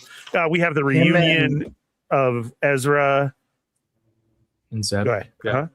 I was just gonna say him and when Jar Jar came back too. I'm forgetting his name, but when he came back, man, that dude's story and what he went through from all the hate, and for him to come back, that was beautiful too at Celebration and other things that he's been at since then. Like the love Ahmed he's Best. gotten is cool. Yes, Ahmed Best. Yeah. And this is a beautiful reunion. Sorry, Ernie, go for it. It does. This, like I said, I was surprised. I didn't know they were going to show an Ahsoka trailer, and it just kept getting better throughout the whole thing. I'm super excited to see this story. Oh God, it's always wonderful to see Chopper, though. I mean, who's he going to cuss out in this show? So we got to see it, because I fully believe that Chopper is nothing but cuss words. We have him here in Ezra actually flying, yes, so we get a different costume again for Ezra, so which means another figure. Nice. A-Wing. Young Ahsoka. And then Sabine surrounded by the Death Troopers, I believe. What? I think it's Ezra. That's Ezra. Oh, it is? I thought it was Sabine. Republic Troopers, I think. It's MJ's boyfriend. Oh, my screen's too dark there. No spoilers. My screen's too dark. This trailer was dark. Like, I don't know. I remember being kind of annoyed. This trailer. It was like Game of Thrones level dark. See, I always have my screen dark, so then that this doesn't happen. See? So but this one actually is Sabine and Ahsoka. Ah, okay. There we go. And they are surrounded by these types of droids. I'm not familiar with them. They kind of, I don't know. There are these types of droids that appeared throughout the trailer. Some of them look kind of older, like temple guards or something like that. We might see them later, but these ones are not those. These look like they might be on that planet. Like, oh no, I guess they left planet, so I don't know. Oh no, Ahsoka and Sabine are still on the planet. Yeah, are stuck on the planet. Yes, yeah. Along with Balin, the other two. Hadi, what was her name? Shinhadi. Shinhadi. Yeah. And then we get the that was the reveal of the statues of the so maybe this is like that ancient, maybe some kind of ancient. Could be, yeah. See, like again, I'm super excited just for how much was shown in here of what could we be getting. Is this Dathomir? I don't know. It could be, because I was trying to put two and two together when I was watching a trailer, but I couldn't think about it until now. But man, I'm forgetting his name. The captain of the troopers. Thrawn? Enoch. Yes. Oh, so it seems like he is using one of the Night Sister blades against Ezra. It's like this shot. It's pretty sick. Ooh, that's nice. I think I got two of them by accident. There's the effects. Like the Force Awakens. Yeah, and there's effect lightsabers that can do that. So it'd be nice if they use that and come out with it. There she is. There she is. Shinhadi. Shinhadi. Is that her name? Yeah. It's that is her name, right? It's not like just a weird Freudian. No, it's Hati. Shinhadi. Thank you. Where was he to battle Grievous all this time? What the hell? He came out just like him too. Yeah. He just trains. He doesn't actually fight. No, that was awesome though. Hu Yang. Yeah. Voiced by David Tennant. The 10th Doctor, I believe, or is it the 11th? 10th was the Zartan actor. Sorry to bring up that live action G.I. Joe movie. And also the actor that played Malekith in the MCU in Dark World. Thor Dark World. Eccleston? Christopher Yes. Yes. I want to call you guys nerds so bad right now, but I can't. I know. I was going to say, I love hanging out with nerds. It's great. How dare you? Okay, I think this is actually the last one. I just never got into Doctor Who. It's actually the last. That was the last one? Yeah. That again, where was he to battle Grievous? So yeah, that's an awesome picture of him. Very, very cool. See, the Ahsoka first season wasn't like my favorite thing in Star Wars, but I really enjoyed it. And I mean, that's kind of just how I approach this stuff because I like the world in general. I like Star Wars. So I'm actually super excited to see this, especially if it kind of like tells us a little bit more about weird ancient Force stuff. Like, what was it? The oh my God, with the father and the son, the brother and the sister. The something more, I forget. from the Clone Wars, anyways. But like they have the statue of him. That's who the pointing and stuff. statues Like, are. Yeah. Yeah. If they're gonna give us a little bit more of that, like, yeah, dude, give me. I wanna. It is. I wanna know. You know, the world between worlds, everything that is there that has to do with them. It's gonna be great. And like I said, I was very surprised to see this. So that was a nice surprise. Marcus, was there something that you loved that they talked about? Like just in general, or do you mean? Yeah, do you have a pick? Oh my gosh, there's too many. That's the problem. Yeah, golly. I will say just like a lot of the Marvel stuff. Because we've had a couple trailers. We had Avengers Doomsday, we had Vision Quest that also came the trailer came out. That was one Fist pick. He said Vision Actually, Quest is interested. We've enjoyed the previous 2 series in this trilogy. Yes. I'm gonna try to bring isn't it this so up. weird how they did all those, you know, with the old TV show and everything, and then we're back in it with this one, and to see them like it was almost like a the Odd Couple, basically the old show, The Odd Couple, Vision and Ultron living together, but in human form is, oh my god, that's going to be crazy. Yeah, here we go. Me and the family just finished WandaVision rewatch, and we're moving on to Agatha. And man, that was easily my favorite Disney TV show, like Marvel TV show. That thing was layered, beautiful. So to then see it, for some reason in my brain, I hadn't really thought of WandaVision and then Agatha as sort of like a continuous thing, even though it is. Right. But so in this trailer, they say the groundbreaking trilogy. And I was like, oh yeah, I can see them all working together thematically in terms of I kind of these characters. I dig it. I kind of put Doctor Strange in the Multiverse of Madness in replacement of Agatha all along. That's I what feel I like did. Agatha, yeah, in 'cause I my feel brain, like that's what I did. I feel like Agatha all along. I feel like it's, even though like it takes place after WandaVision, but I feel like there were a lot of things in it that made it like stand alone. That was more of a spin-off for me. I agree until I rewatched this thing, knowing that Vision Quest was coming out. And in Vision Quest, they showed Tommy. Sure. Yeah, Agatha shows Billy. And so to sort of see the family all come together was where my brain was going, and sort of like the legacy of Wanda and Vision, and then now Billy and Tommy. I'm just wondering if you need to have watched Agatha all along to watch this one. Oh, yeah. Because I would. That's a good question. I wouldn't want to rely on that. Because it's like, where does Agatha fit within Wanda and Vision's relationship? Do you know what I mean? Aside from having from Billy Maximoff, but still. Exactly. And that's, to me, that's not necessarily enough. Whereas I'm sure someone like, well, why would what's it called? Doctor Strange. It's like, she was a big part of that movie. Right. Her whole story was a big part of that movie. The whole reason for being. You know, I don't repeat. No, I bring this up, and people seem to not remember, but Multiverse of Madness actually came out on Mother's Day that year. Oh, really? And it occurred to, like, there's obviously all sorts of mother stuff in it, but it's Multiverse of Madness. I don't know if that's intended, but it's literally mom, right? Doctor Strange mom came out on Mother's Day. Maybe. But I will say, look, going back to watch WandaVision, what I realized, like at first it was like, oh yeah, of course they're gonna throw Agatha just cause. But when I watched it, I was like, oh, she is actually the character and world that introduces to Wanda and us the idea of witches and covens and stuff. And so I got really into Agatha all along because of her dynamic with her coven and how that all works. And anyway, I was, when I saw them like kind of hanging on to that as this, what I think they called it like the groundbreaking television trilogy or something like that.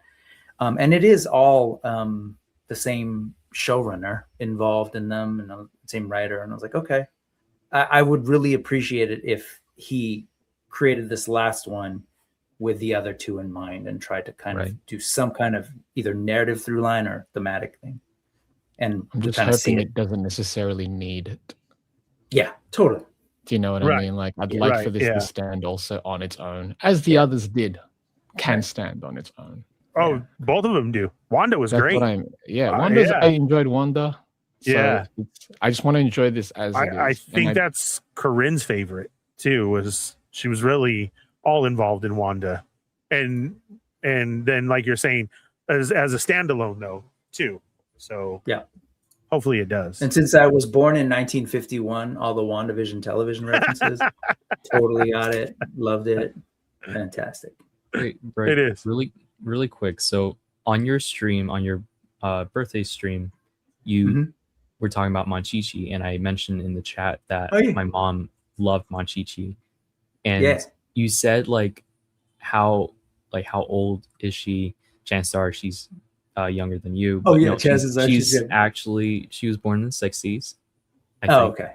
Yeah, so she's I think like maybe a couple of years older than you, like maybe 10. Okay. So I just want to sorry, that was a tangent. Thank you. Thank you for clarifying. No, I genuinely wonder. Folks know that I teach, and I've been teaching for a long time. And I have started feeling, when I started young, it was like, oh, they're parents. And then eventually the parents are my age.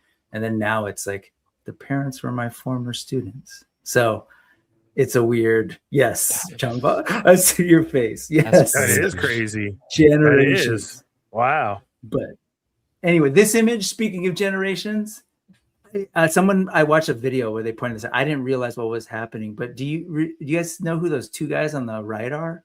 I was kind of like, oh, that's dope. Oh, on the right? I don't know. Yeah. I only know the guy on the left. Jarvis, right? Yeah. So they actually got the actor who played Jarvis in Agent Carter. Jarvis is in the comics in the show. His Tony's actor, butler. His actor and so is James Darcy. Yes. And so the idea is that he modeled the Jarvis AI after this butler. So that's him. The woman to his to Jarvis's right is Friday. Like that's the epitome. So then who are the other two then? And those are like, those silent worker droids that Tony deals with. Like the hands? Yeah, in his lab. Yeah. Oh, that's them. And I was like, oh, that's so cool. No way. They don't talk. Yeah. Apparently they're like silent dudes. Oh my God. That is awesome. So I just really love this idea that this is all like in Vision's world. It's essentially like his family. It's like his genealogy, right? But then he's also had a family with Wanda and Billy and Tommy, and then now Tommy's. So it's all really cool stuff, and it's like a old sentimental dad. I love this stuff. I'm into it. There are a lot of parallels from this to WandaVision. Like it's kind of like his version of that sort of nuclear family. So it's kind of interesting. Sorry, I didn't mean to cut you off. No, that was awesome. And this is where we see Ultron again. And then, yes, of course, the actor who plays Ultron. I'm sorry. Crazy. He kind of looks like Robo here. A little bit. I can see. I kind of felt like one of the on robot guys was looking a little J-shot, but just a little bit. Wait. Can you guess which one? Yeah. Just a little bit. The one on the left. No. This is fun. This show's gonna be fun. Yeah. I can't tell who this character is though. I forgot to get it in my notes. I've only seen in videos. I don't know. I didn't know this, and it's like one of who was in the asylum? Was it Billy or Tommy? I think it was Billy, who was kind of in like a mental hospital in the comics. This was a character he met called Cloak. Oh. Like before the Young Avengers and the Children's Crusade. I don't remember her at all, but someone pointed it out. So this character and another character, called I don't Cloak know and who these Dagger? are. That's kind of different though. But a different. That's different? Cloak. Okay. Oh no, coat. I'm didn't sorry. know. It's coat. It's coat, not cloak. Yes. Oh, okay. Okay. She kind of looks like the Extremis soldiers from Iron Man 3 a little bit, with like the glowing insides. Oh yeah, that's right. Now this one, speaking of Robo, this is Paladin, or as Robo would say, Paladin, played by Todd Stashwick. Aladdin. He is known for his roles in Kim Possible, the live action movie, and Star Trek Picard. So this would be kind of interesting to see what he'll do in the show. I'm not too familiar with the character. I just know that he's a mercenary, and I think at one point he was part of Deadpool's Mercs for Money. Oh yeah, so I wanted to showcase this. This is Vision's new costume. It was like kind of like a blink and you miss it. Definitely. Hopefully I got it right. I didn't know they showed it. Yeah. Yeah, I didn't. I wouldn't have spotted this. It was. I'm not like dissecting it, you know. Because I thought he was just full white. Mm-hmm. So it seems like his costume is kind of like a mix of his classic look, like something that's a little more closer to the classic look with the collar. But to me, it also seems a little bit like his Young Avengers Vision design, where it's like very simplified. You don't get a lot of red in the costume. It seems like a lot more simplified from his previous designs. But I think it's a really cool upgrade. Yeah. That was the one where he brings them together, right? When you say the Young Avengers, him putting that team. I don't remember if he organized the team, but I just remember that he came around like during the second roster with Stature and Kate Bishop, Hawkeye. But it was still like the OG team, so like Wiccan, Patriot, Hulkling, Ironland. I think Vision was gone. Yeah.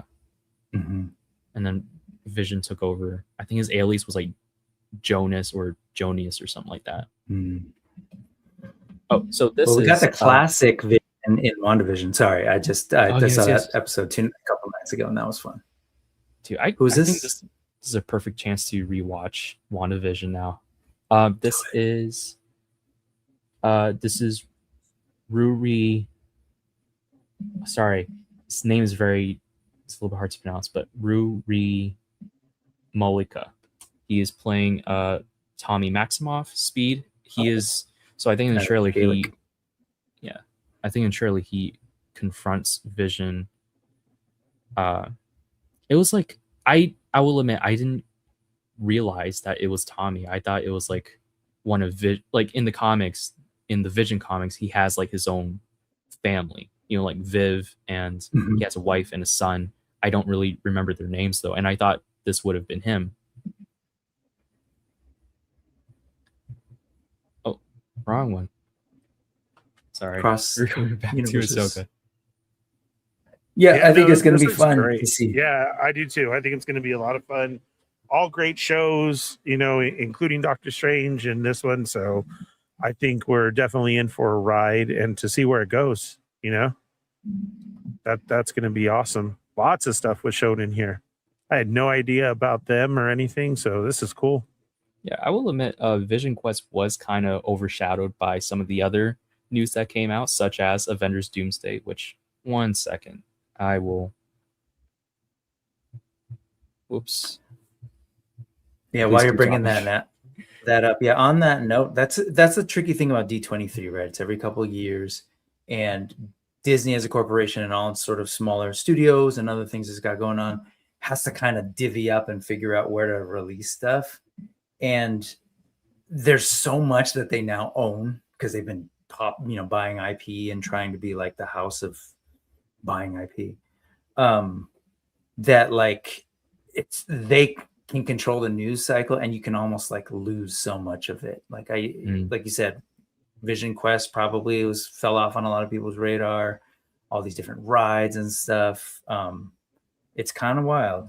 I mean, that's not even talking about like the Fox stuff that they sort of now have more control over. You know, there's Alien Earth season 2 coming.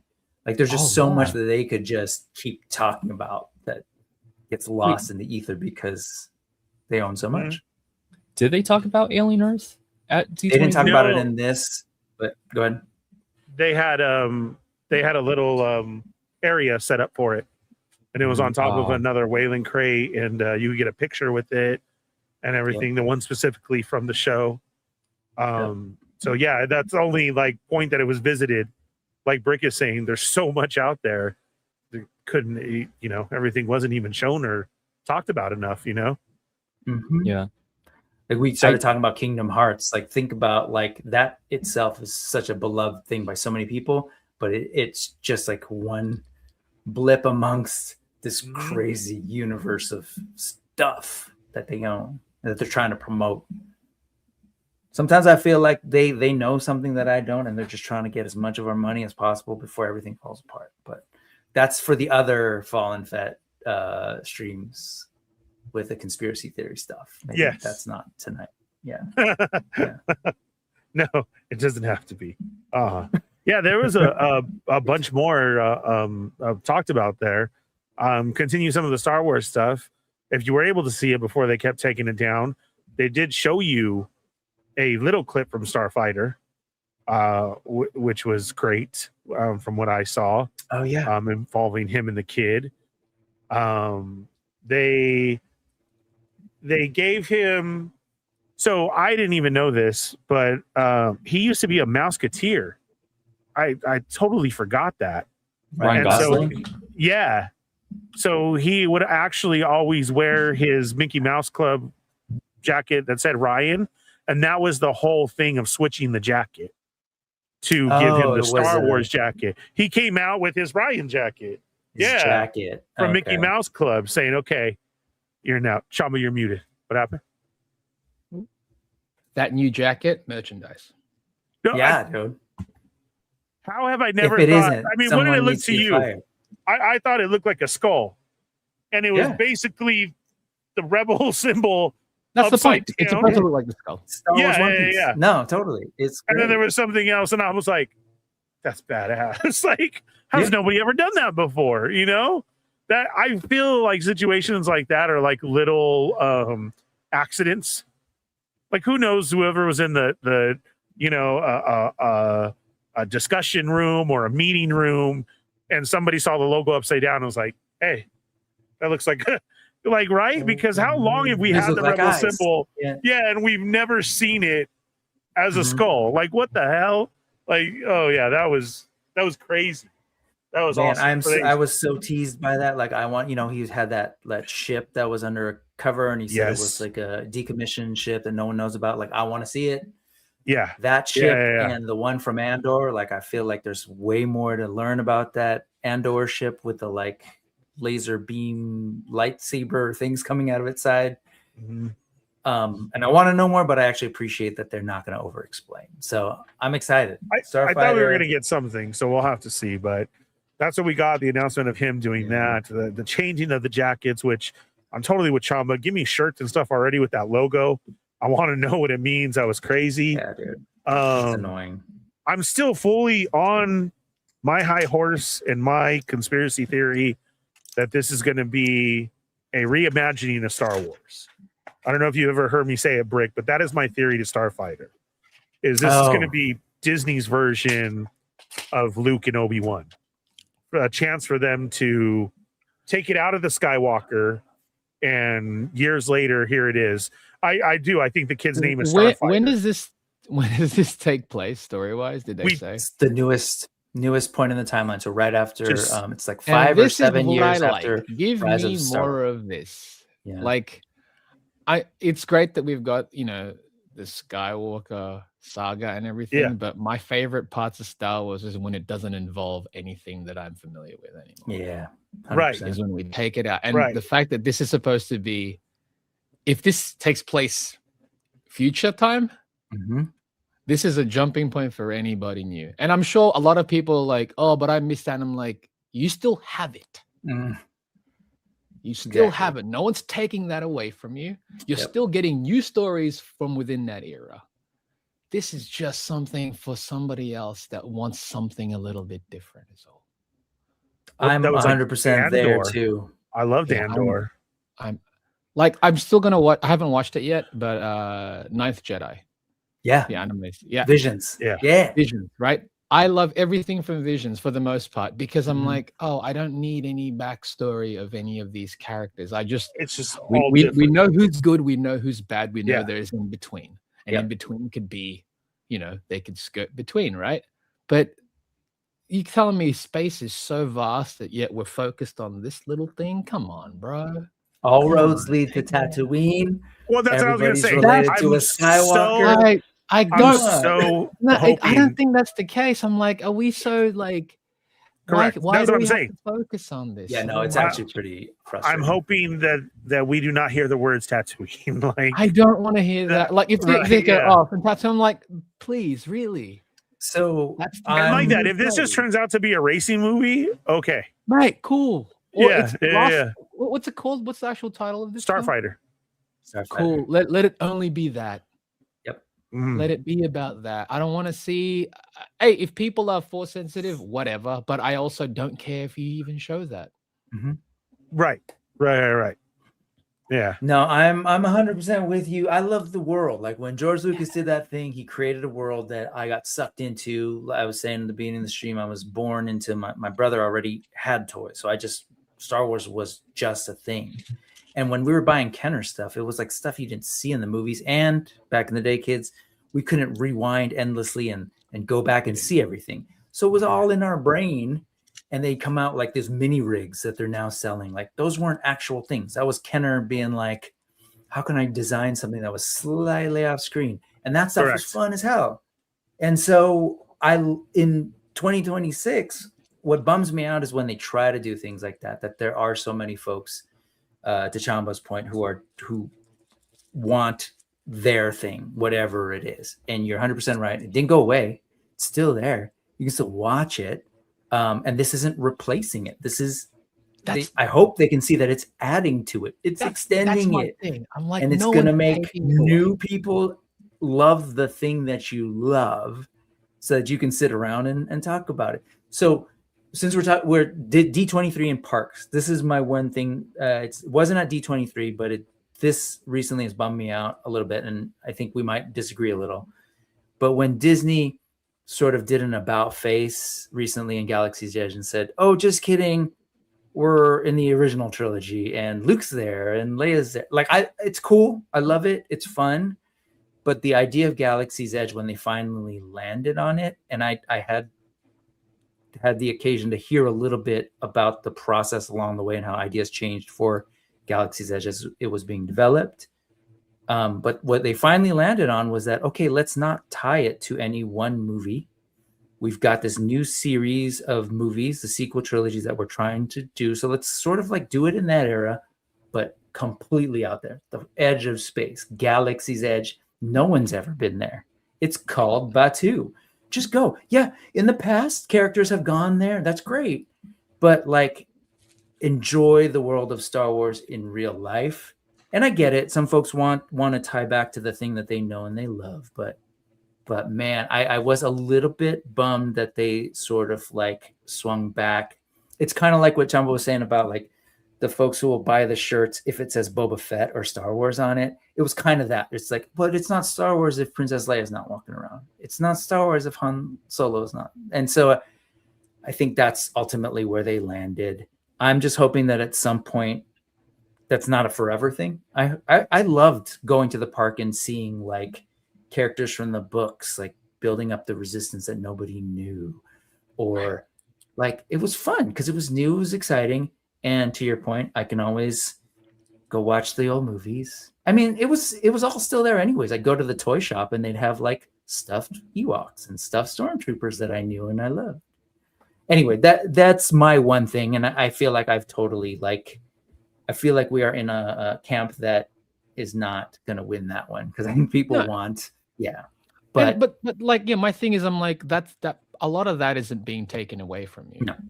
The fact that they're still adding onto that anyways, it's like you're still getting more of that. But it's nice when, you know, again, you're only containing the universe so small. Like you could expand it so great. Like it's a whole universe of things, a whole galaxy of things. Yeah. That don't have to always involve these characters. You don't even have to make mention of them. So there's got to be areas where they have not even heard of that. Mm-hmm. What Rhino just said, I want to live in that world where that happens. Sure. Where there's a new show or a new movie in Batuu Well, I think that's Fortnite, right? Isn't that what's happening in Fortnite? Do you actually go to Batu in the Fortnite? I don't game? know. I haven't done it yet. It just started. The So I haven't footage that done I've it seen, yet. it looked like Yeah. you're there, and then you talk to Hondo in the and you ride the Falcon like you would at the place. At I know it's definitely tied to the ride of Smuggler's Smugglers. Bounty. So Yeah. I know that part. Are they in Batu? That I don't know. Because then talk Um, about, man, you do but- that show and then people are buying new merch, right? I'm on the And other wanting side to of see it. that place. I I'm know. on the other side Yeah. of it because I love it. And then I just heard you talking, and then all I heard was, and that was it. And that was all that I heard from Brick. That was it. Give me that No, Star I- Tours. I- Give me that Star Tours sound again, please. I understand what you're saying. Oh, that's the wrong one. Thank Yes, you. I do have that I'll one spin on the hold wheel. just for.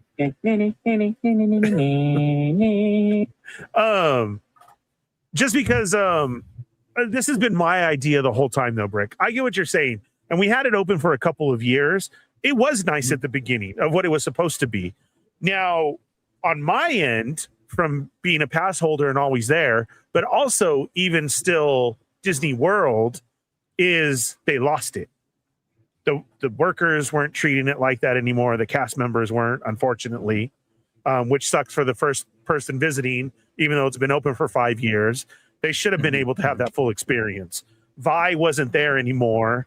Oga's Cantina was what can we get you to drink? That it wasn't them immersed anymore. We didn't get the droids or aliens that they talked about. So that story was just there with these two cool rides, but yet the cast members were over it, which is very unfortunate for people who've never been able to visit and get the full experience. I was able to see it through the whole thing. Opening, full experience, going on for a couple years, then losing it. Hey, what's going on? Merch here, merch there. See, like, I do not like Batu and walking into Duck-Ondar's, and they removed it, but I had actually been there that weekend. They had pops inside. They were filling the shelf and they put pops. Yeah, that Funko Pops? Yes, that should not be there. Yeah, no. Whatsoever. That would What are you doing? immersion. Correct. It's gone. Right. And it happened. I understand if you're out of something and it was a really busy May the 4th and you don't, then you leave it. You do not put pops on the shelf in Batu. And that's what I'm saying is where we lost it. Now we've had a chance to revitalize. And I say this all the time is I honestly feel for everybody, it should be seasonal. We have 4 times a year. We have different things. So you get first season, you get original trilogy. The next one, you get the prequels. The next one, you get the after. And then the 4th season, then you get the Disney Plus stuff, whether it be Rebels or Mando Everything else. or Ahsoka. Everything Correct. else. Yeah, but you can have knowing 3 months out of the year when you visit and when you want to, which people do plan their visits, you can go there and experience something else. 100%. Because when I was there, it did revitalize to hear the John Williams music as I'm walking in. It was so different of the what we know, you know. And then you're right, they did explain it. They have a comic book of why Leia and them are there and why that is. But I also talked to the heads there because I like to. I need to give my input. You're right. I am giving you $1,400 of my money to be here a year. Yeah, that's ridiculous. Magic keys. Yes. Magic keys. So if I'm holding a key to this place, I'm going to tell you my opinion. And when I see those suits walking around and trying to get a visual, I will talk to them. And so I laid it out. I said, look, music is great. The characters are awesome. Luke is a little bit funny. And I don't think you should have Luke in between because they do have Luke in between. He will go talk with Leia and Han. And then you can see that same Luke talking with Ahsoka. No, leave it. You have to leave it separate then. If we're getting Darth and everybody over there, then leave them over there. Do you get what I'm saying? Don't use your same character in halfway the day. And then I also said, from outside of Thunder Mountain or Country Bear, whichever way you come in, and you have those little kiosks of merch, whether it be shirts or sabers or backpacks or hats that are not Batu related before you walk in, you should be selling the comic book. You should have stacks of that out there so that people then can pick it up and know what is going on. And then, yes, you break it down into seasons of who's here. I said, and that would really make a change for everybody. And you can still have the rides. The rides are the rides. The rides are the rides. Yeah, the workers, the cast members are the ones there who tell you, it was that, when you say, can I get a picture? Oh, I'm sorry. What is that? Do you have a data pad? Sure, we can get a scan for you. Oh, okay. It was like that. It should be immersed in the actual universe. Like, I feel like if it's a land that's dedicated to a certain thing, like you said, you shouldn't see a Funko Pop because it's like, what the heck is that? Yeah. Like, if it's going to be a Funko Pop, call it something specific that would make sense within that land. Yeah. Yeah. Change it. And it really shouldn't even be there. It's not. There's plenty of other outlets. It shouldn't be there to begin with. Yeah. Like, if you have merchandise, it should reflect what the land is supposed to be. And that's like, what I'm saying. For example, what was it in the Harry Potter land? Okay. You get the things that are related to Harry Potter there specifically. Like, I'm sure they do that in Star Wars as well. Like, you get the blue milk, for example. Right. Yes. Yes. Right. Very specific to Star Wars. Very cool. Yeah. Like, that's dope. That's the only place you can get it. Of course, which makes sense. Correct. Yes. Yeah. I think the seasonal thing that you talked about would be ideal because at least that way it's like you know what you're going in for when you're in that. Yeah. When you're going in that time. And that way you're dedicating it specifically for that. It's only going to be for that. Correct. Time. But I am with you though, Brick, on the other end of we did not get any announcement of Batu on D23. And yes, Rhino and I have talked about this as well too. Why are you not utilizing Batu more? That is your we're saying the merchandise of it. Of oh, I've been there. Oh, it looks like this. Oh, wow. In a movie shot or anything. Yes, it is out on the outer rim, and you should only be there for certain reasons or whatever it is. But you can play something off of it.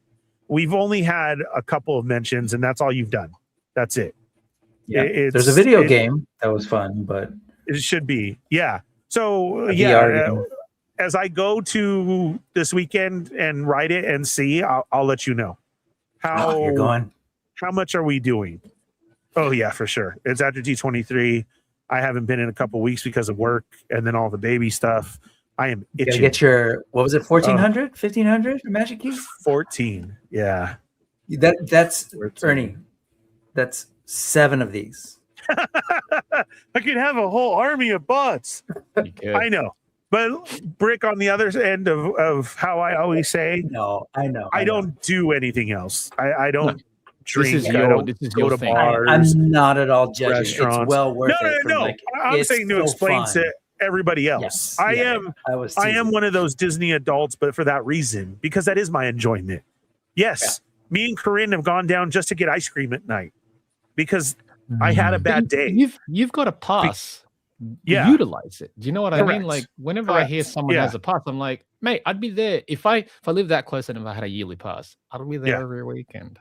No, totally. Just to wander around. And you do new stuff. Yeah, I told you. Yeah, man. Back in high school, I used to be a mole rat. I was in Downey, California, which isn't that far, and it would be like, "What do you want to do? Right, let's go to Disneyland real quick. Let's go eat, or let's go, and just walk around." And especially for young people, it's like it is truly one of the safest places. There's security everywhere, so you just walk into that place. If I were a parent, I'd be like, "Okay, just go." Yeah. And but now it wasn't 1500. It was like what 150. It was very different back then, for sure. And at that, to get those top passes, oh my God, we called everybody so bougie because we stuck with our SoCal pass, right?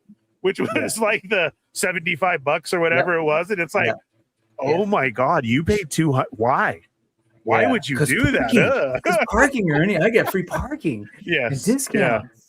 Really see, and okay, I have to use, I have to use that now.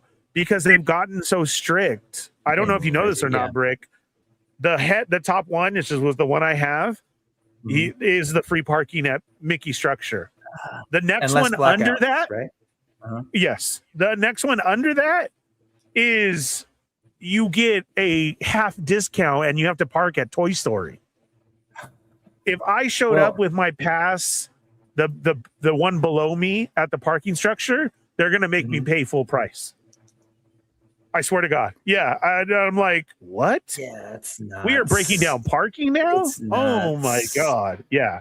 And then I get a discount on food and merch. So that's always a plus. For context, again, because I have a family member who works there, Correct. they get tickets, and basically that becomes our birthday and Christmas presents, right? And so we stack them. Yeah. And it was great when the kids were little because they were free. So it was like you'd have 2 adults and we could go multiple days. Now they're older. There's 4 of us. And so he had only so many so far because he usually gives it to us in the holiday. We wanted to go during the summer. And so we actually had to buy 1 day of tickets. So when you say 1,500, knowing, because it's been a while, knowing how much we paid for the 1 day for 4 people, 1,500 is like, no, it's totally worth it. Like you could go a couple of times. That's why. But it is insane. Like 1,500 is like, oh wait, how often can you go? Whenever you want. Yeah. I'll do 1,500. Like if you really work it out, go more than 7 times in a year, mate, you're good. You've already made it. You've already made it. You have to throw in that Disney math. But it's bad. It has gotten just bad. that. It's not even that. I'll be that Debbie Downer, or you were saying, or the sad trombone. Like it's getting wild. The amount that they're charging now for entry for everybody is getting to the point where I think they're realizing I don't think we can get any higher. Yeah. And so they're doing like all those special nights, like the Halloween stuff, where they charge you even more. They can't go any higher because it's like, oh wait, we're limiting. Yes. Attendance at this point, like it's not. And it's a luxury to begin with. Don't get me wrong, but correct. It should have been an affordable luxury to an extent, right? Like there should be something that anybody should be able to. Well, I've had a pass since I was 15. Right. And I've watched it and everything. It is a luxury. I used to tell that to the kids. You don't ask for anything. We have our snacks and our food that we bring in. Don't ask for merchandise. Don't ask for nothing. And this is, kids don't get to come to Disneyland like you do. You're growing up in Disneyland. This is a privilege. You know, I made sure my kids understood that. Not to throw a fit or be whiny or anything. Correct. And then it got to the point where the kids didn't even want to come anymore. Yeah. And it was like, okay, that's fine. You can stay home. Because they reach an age where it's like, it's not cool anymore. And I'm like, oh, good. Oh my God. Yeah. You kids. And then when I had my first, when I had my first day back with my kids and older, and we're standing in line and they're telling now their girlfriends or boyfriends, significant other things that I used to tell them. Oh yeah, I was crying like a baby. I was like, "Oh my God, it worked! Look at, did you hear that? They just showed him where a hidden Mickey is." Nice. They're talking about the Goofy Rock. They were listening. They were listening to you. Who'd have thought? Correct. Yeah. To where Chamba, I really thought we're sick of this. You know, none of my kids collect anything whatsoever because I had the house full of everything. We went to Disney all the time. None of them are there. But now that they're getting older, now they're changing a little. Well, I mean, that's just how it is, right? Like, I'm sure there's a lot of things that when you were growing up that your parents were into, or your parents wanted you to get into, and you're like, no, I never. Oh, that's my dad, low riding. How do I not have a low rider? Yeah. That's just how it is. Like, you're not as interested, but you're not like, so it's going to cycle back in eventually. I feel like if it's something that they actually end up, liking, then it'll cycle back. But I'll never force it on them. I am such a letdown to my father. I do father. Yeah. I don't know how to operate a hydraulic pump. I don't know how to put it back together. I can tell the years of an Impala though. So that gets me by. Nice. But yeah. Other than that, I'm a Disney head nerd and I can't wait to see what my kids end up being, but that was nice to see, and all this D23 news brought up talk, for the weekend as well too. So that was cool. And like I said, we didn't get Star Wars news, but we did get more Avengers Campus news in DCA.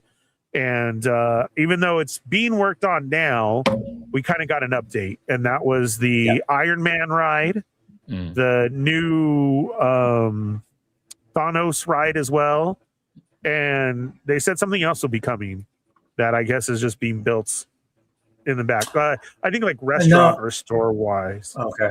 Yeah, those are the 2 rides in DCA. Is the flight one that's like hosted by what's his name? The new Cap, Anthony Mackie. Sam Wilson. Yeah, Sam Wilson, and I want to say maybe Captain Marvel. It's like one of those arm kind of things that they have. Yes. And here's then my the only other one thing. is For the longest time, Disney has been like a staple of it's a Disney ride, you know, and Orlando Universal has their own, or a Six Flags has their own type of thing too. And that was kind of crazy to hear. I guess this arm thing is a Harry Potter ride. So yes, Marcus. Sorry, Grumps yelled at me. He said, "Can you tell Ernie I asked a question because I'm about to go to sleep?" How long does it take you to drive to Disney? It depends on the day, boss, and what time. Literally, just because of freeways. Honestly, in a good day, it's an hour and 15 minutes. Traffic wise, an hour and 40. A really bad day, you're looking at 2 hours. So within 2 hours from home to parking structure, I am there. From parking structure to get into the gate, it takes about another 20, 30 minutes. But I feel I'm there as soon as I hit the parking structure. I can feel the air hit me. I can hear the music. I'm good to go. The bromine. Yeah, so that's hot dogs. That's why. Sorry, bro. I didn't see that. But that's why we go all the time. It just takes that time. The only thing that I'm against is I have to make a reservation in order to go. So if I've had a bad day and I say let's go get ice cream, then we have to make sure that we can even get into the park. And then once we do, then it's okay. You make your reservation and you have to go. And I mean, you have to go, because if you take a reservation and you don't go, you get a strike against you, and you only get 3 strikes. Right. I have 2 right now. Yeah. Wait. Yeah. I pay you $1,500 and you punish me. Yeah. No, I think when I was growing up in Downey and traffic was much better. This was not the 50s, Marcus. This was like the 80s. But the traffic, I mean, we could get there in 20 minutes and 20 minutes back. So it was to the point where we would go, and we were little.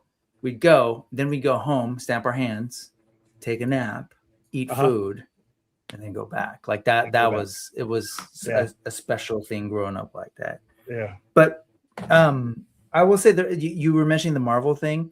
So there's that, and there's this sort of like what the e-ticket Avengers King Thanos thing that you're talking about. The claw thing is a Harry Potter ride, right? Yes, it kind of do that, but it is unique in that it is actually a full-on car, and then at some point a claw comes and grabs your thing and then does that. So it's still the Disney version of that. Oh, it's wow. kind of like in Rise of Skywalker, where you're in your own thing, and then all of a sudden you're in a drop, and it's a separate mechanism with it's kind of like that concept. Okay. So it's still Disney trying to be able to patent it and do its own thing. Of course, the internet, and there's all the comments. Oh my God, this is a Harry Potter ride. Yeah. Oh man, if anybody walked away from that D23 and all the wild things that came out of the parks in particular and was upset, man, I just genuinely feel bad for them, because there was a lot there, and it was a range of stuff. Like there's new stuff and like old stuff that people have been asking for the longest time, like the Figment thing. But the other thing that is kind of a big deal that was announced that not a lot of people are talking about is there's going to be a Spidey ride, a full-on Spidey ride in Hong Kong at the Stark Expo. Yeah, a Spidey roller coaster, right? Yeah. Good night, Grumps. Good night, Grumps. Thank you for being here, sir. It's a roller coaster, right? Good stuff. Yeah. And now that stuff's cool. The only other, because there's already a Marvel world around that. It's the Tony Stark Expo, and it's the Iron Man something experience. I forget what it's called, but it's kind of like a Star Tours thing.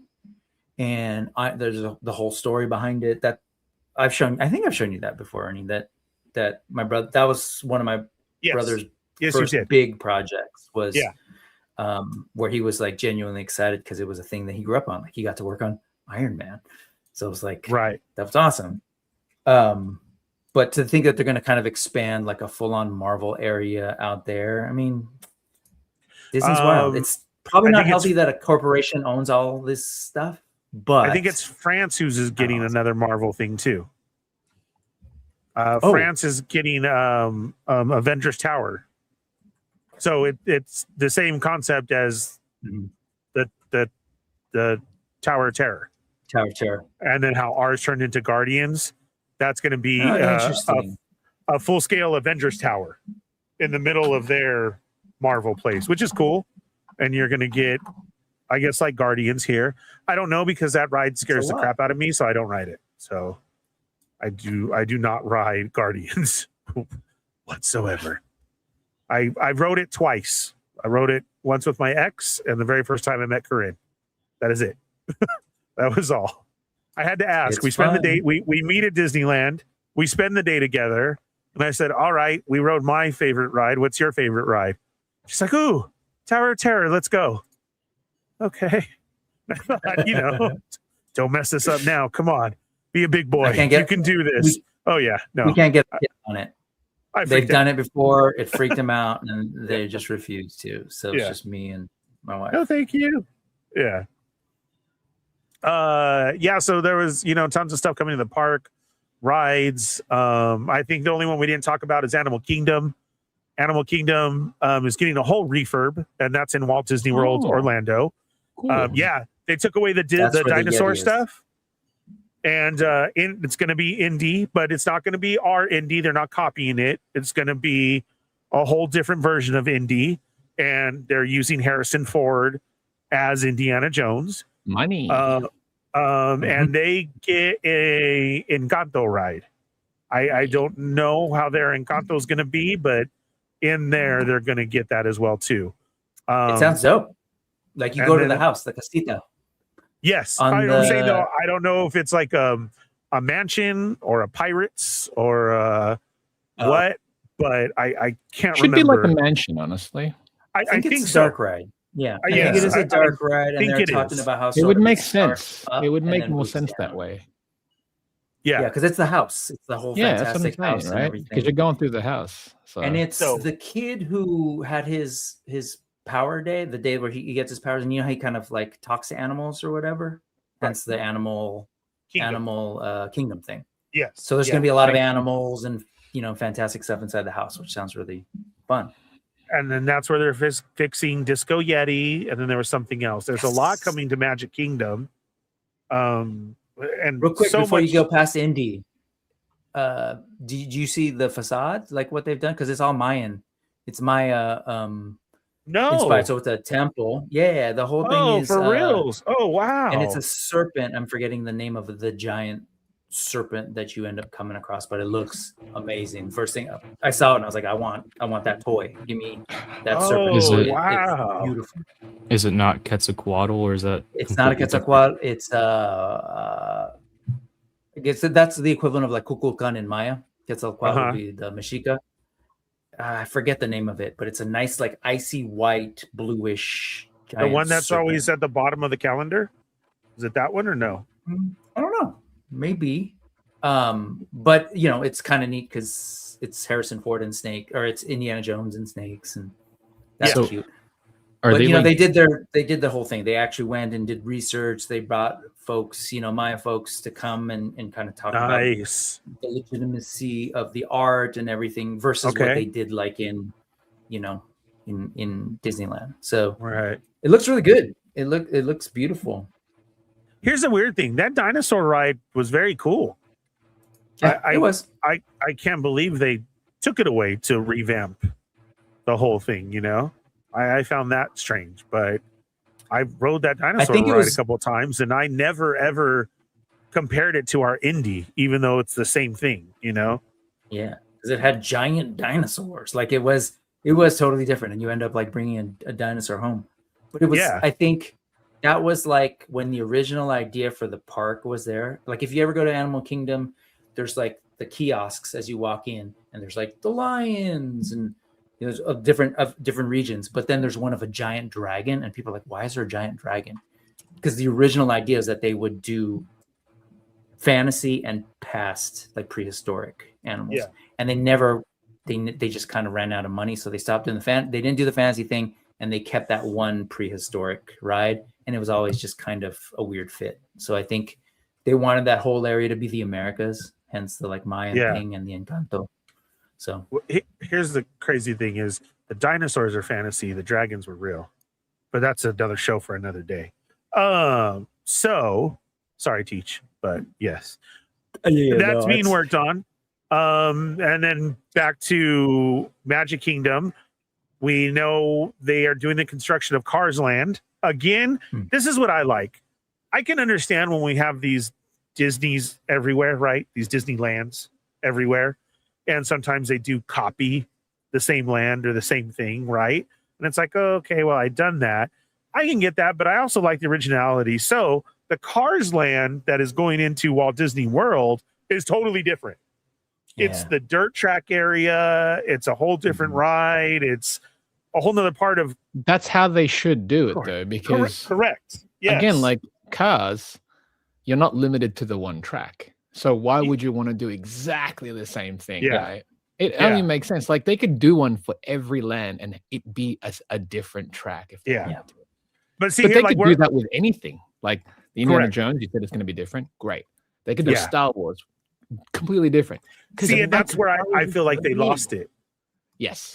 Because the Florida one and ours, they're just different colors, and that only has to do with the sun in Florida. I mean, cool, but it's like the same thing. But and I can understand, like, from that point of view, where it's like they wanted to do it where it's close to the same thing, because then that way you're giving people who go to that one have the opportunity to go to that one. Yeah, but it would suck if like one was, you know, that and the other one was like, oh, we're in the Empire now. Don't get me wrong, that would be tight. But that would be the only one you could go to go to the Empire, and that's kind of unfortunate if that's the case. The only thing that I was looking for at the time of when this was announced was, oh, okay, we're going to Batu. So I would have felt that would have been cool to actually say West and East. So you're on the west side of the planet over here, and this went on, you know, the huts rule on the east side of Batu. Like, you know, that would have been, you know, something very cool. So yes, to hear that the Cars Land is totally different, totally new rides and you know, the new characters and everything. It's the dirt one, a Mountain Peak, or no? Does it have to do with the mountain? Is it based on any of the movies? I honestly have only seen parts of the first one. So is it based on anything, or there was I can't remember. I think it was just like a side quest type of movie. But the whole dirt track thing, and he gets there. There's a school bus involved that looks like a bull. She's a character for one of the rides as well too. So they are, like Thomas said, it's great. They're expanding on, as they should, the whole world of Cars, and it's not going to be the same thing. So that was cool. But then there's also small little snippets that we got of they are really doing a Villains Land. I heard about that one. Yeah. Like when they say villains, does this mean every Disney villain?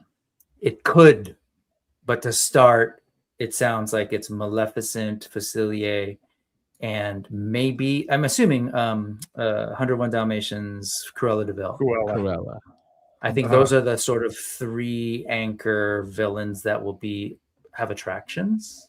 Understandable. They're very popular. Sure. But they brought Glenn Close out too, which is like not cheap. Yeah. To just announce Villains Land. And that was it. That's what I mean. Like we keep talking, and you're like, and then there's this, and I'm just like, there was so much. That was announced, some in more detail than others. But again, like if you're into Disney Park specifically, how anybody can walk away and be like, that sucked. And there are those people. I've seen it. I was like, oh, that was weak. And I was like, dude, we are so spoiled in 2026. I don't get it either. Yeah. And then which even wasn't covered is we're going to get a whole revamp of Disneyland, of Tomorrowland. Oh, they're finally going to do it. Yeah. Which is great. I can't wait. We've talked so much, and of course, it's always so the People Mover's coming back. Yeah. I would love the People Mover to come back. Now, hearing the announcement of the Yeti, now it might be possible because again, back in the day, it was a money situation, and Disney has admitted themselves they fucked up the track. They fucked up People Mover. Totally couldn't fix it because of that stupid rocket rods that they put in. Racers, And it messed up the track. There was no going back. It was a total rehaul and everything. So again, it was $1 billion to fix the Yeti, and now, yes, we're going to fix it. So we're revamping Tomorrowland. Who knows? All I can pray for is that we get Tron over here in ours too. Yeah. Because another Tron ride over here would be awesome. And even with that, there's various versions of Tron you can do. Uh-huh. You know what I mean? You don't have to make it. You can, I mean, I don't know why I'd want to do it on the new one, but you can if you want. You could do it on the original classic one. Right. So there's change it up, like have your own little twist on it. That way it gives Tomorrowland. Attendees can then go to each of them and go, oh, I experienced something different because of that. Right. Yeah. I'm going to hit up the different ones because I want to try this differently. Yep. Yes. Exactly. So what Man, our Tomorrowland I was just going to tell the people if they don't know what our Tomorrowland consists of is you walk in, it's the rockets right up front, just a classic little kiddie ride. You sit in a rocket and you spin, and then there's Star Tours, which again, I feel like you should exit that and come out in Batu. Let's build the tunnel and exit tunnel. Please make that happen. That would be amazing. And then Star Tours, and then it's the Star Tours store, and then it's Star Space Traders. Mountain. Space Mountain is classic. And then you have Pizza Planet off of Toy Story, the real Pizza Planet.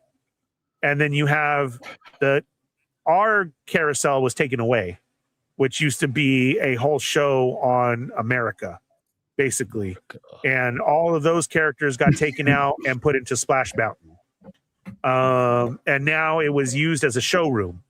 It was then first with Marvel, and then it was with Star Wars.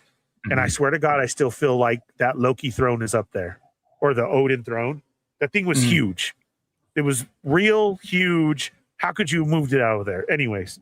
And then you have Autopia, and then Nemo's submarine ride, and then Buzz Lightyear. That's our Tomorrowland. So yes, let's fix it. Sad. That would be great. That's what I was gonna say, man. When I was growing up, Tomorrowland was my favorite spot, and it had layers, and it was kinetic, right? Like you said, Correct. you'd walk around. You'd Correct. have I forget what were the cable cars that went through The sky buckets. that went through. It was from over there. Yes, a way of transportation for you. Yeah, you'd yes. just walk around and you'd see those in the sky. Then you'd see People Movers. Then you'd look up and you'd see the rockets that you were mentioning used to be up in the center, right? So they were up at the very top. Yes, and there was like levels. It felt very spacey, futuristic. Like if you want to go to the top, or you could see, you in line, you would see Space Mountain up there, and you again levels. Like it was all like so much excitement and movement and animation. And even the People Movers, I'm with you, man. That was like one of my favorite rides. It wasn't thrilling or anything, but it was chill. You'd get this nice view of everything. Then you'd see Tron. That was right? my favorite. The world of Tron. You'd be racing alongside the light cycles. And yeah, it's just sad. Like we were there in July, and it just don't spend much time there. I think we did Nemo, and it's just the name of the land now. Astro Blasters, I think, was the one you didn't mention, but that was it. Buzz Lightyear. Like, yeah. Oh yeah. It's kind of sad. So I'm really excited that they're going to revamp it and do something with it. I hope they bring back live shows, like good live shows, and remember that little center thing where they're doing the Jedi thing for a while, where there's a restaurant with a stage that actually goes down into the ground. Tomorrowland Terrace. Yeah. Do a live And show based on Powerline. Yes. Ooh. Yes. 90s, yeah. Uh-huh. And it could Like, happen. That right now is hot. All right, I don't know. it's hot right now. That's why I'm Yep, like, yep. mate, do something with, because like I understand, like it's cool that we're getting a lot of these things that you're saying. Great. But there's still a lot of untapped Disney things that they 100%. could ease, like Yes. too many things. And that's kind of why it's cool that they're branching out on it. Mhm. But this, again, there's so many things that are untapped there that do have a big fan base. I know one thing that wasn't mentioned at all was one of the things that I liked from the D23 was Oswald. The trailer for Yes. Oswald. Like, Oh, I didn't even see that. Okay. that's what I'm saying. An, There's- an animated movie? It's adding to Or- what it's cross live action animation. So it's Like a Who Roger Framed Rabbit? Roger Rabbit style. Yes. And And it There's looks phenomenal. No CGI. Looks phenomenal. And so 2D animation. and that's why it's basically adding upon what you said earlier. It's where it's like throughout the whole weekend there was too many things shown. Yeah. Yes. Yes. Too many, like the NECA toys, Muppet Babies. Right. You know what I mean? Like Yeah, I'm that's gonna one get thing that those. we had talked about already before. It's like, man, if they did Yes. Muppet Babies, I'm in on those. Get me. It's like, and I saw it like there's a lot of it. And I'm like, well, it looks like they're gonna get me because Yes. Yes. that's my thing. But yeah. yeah, it's like that whole week. Yeah, Oswald, love it. I'm glad that he's finally getting something. I know this was Yes. already this is not new news. It's been talked about before as far as like the actual thing, but this is the first we're seeing of it. Mhm. And so I'm hoping that because of this, we'll also get more merchandise and stuff based on it, because Mhm. that's every Disney park that I go to, I know somebody going to, whether it be the ones in the United States or the ones around the world. I'm like, if you see anything Oswald, let me know. DCA. Um, Ernie, you should hit him up and get him some stuff from Right, and- California Adventure. now I think there's gonna be stuff, Yeah, Yeah. even more. you know, and There even will then, be it's not that like I I have. want everything. I'm also still selective with what I want, but Yeah. just seeing that kind of merchandise is already like, okay, cool, finally Yeah. something. And Yeah. because of this new show, hopefully it means we're gonna see more of it, and I'd like to see more of that. But yeah, like That's for those cool. live shows that they do, mate, do a Powerline thing, that would go off. Like that Yeah. thing Yeah. is a musical. Yeah. Anything Oh from that man, movie, that would right. take me to high school. That's what early I'm saying. But college. like, Whew. and that's some like And I do I know think it would be people- cool over there. people will bring up like a lot of the more recent stuff or a lot of the classic Disney music, but that movie, Goofy movie, had some of the best Disney songs. Period. I don't care. I don't care what anyone Uh-huh. says. Listen to those lyrics and tell and come back. No, to it's me, great. you know? Absolutely. So- Disney Plus, right before they did the park scene, they were also broadcasting this concert that was happening at D23. They and it did was some. They the did one of 90s the- review. It was Mhm. like all 90s stuff. They did a whole Disney adventure, Disney afternoon segment. So I'm like, okay, are we gonna get more of that? Like, I can would you love it. embrace more of that? That's what I'm saying. Like, Yeah. it's not like I'm not saying like switch your focus to that, but I'm saying there are still so many things that are untapped that you could Yep. always go into. It doesn't have Absolutely. to always be about modern or even far back classic. I'm not saying stop that because Right. those things are awesome, but there are so many things that they could still do that. Because you know, if they milk the same things all the time, you'll milk it Yeah. dry. Yeah. You know, Mhm. or switch up back and forth. That way, people don't get bored of it, and also you're reintroducing something that people might not even remember or recall. Which you Yeah, would think especially- is sorry, go ahead, Marcus. Sorry, I was just gonna say, especially now with 90s nostalgia being a big thing. Sure, Because, I'm not you even know, relying 10 years on that. ago. I'm just saying it's like I would love to Yeah, I have know. seen it in general. You know, I could any time of day is like bloody play that stuff, and I'm like, cool, finally something that not because it's like something that I grew up on, but it's almost like it's cool and it's not the same thing. Yeah. Mhm.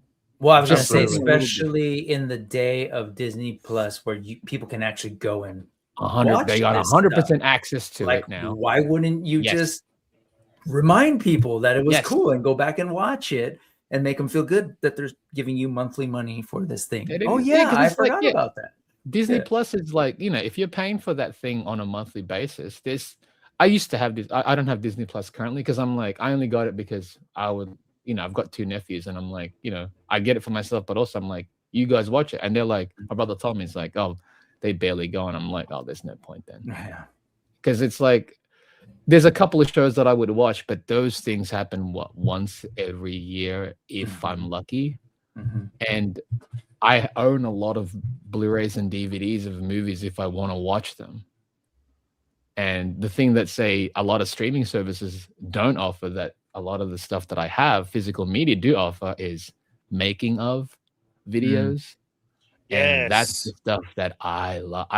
I grew up loving that stuff. And that's the thing that I wish, I'm like, now if Disney Plus would include audio commentary, making of videos, I would subscribe back in easy. Have you seen the Marvel ones? There are some Marvel and Star Wars ones, but they're not nearly about Disney movies as well. But not what we had as exactly. That's the stuff that I want. Yeah. When we first got DVDs, you had that. You had bloopers. You had dude. That's what I'm saying. Commentary and everything. So multiple commentary.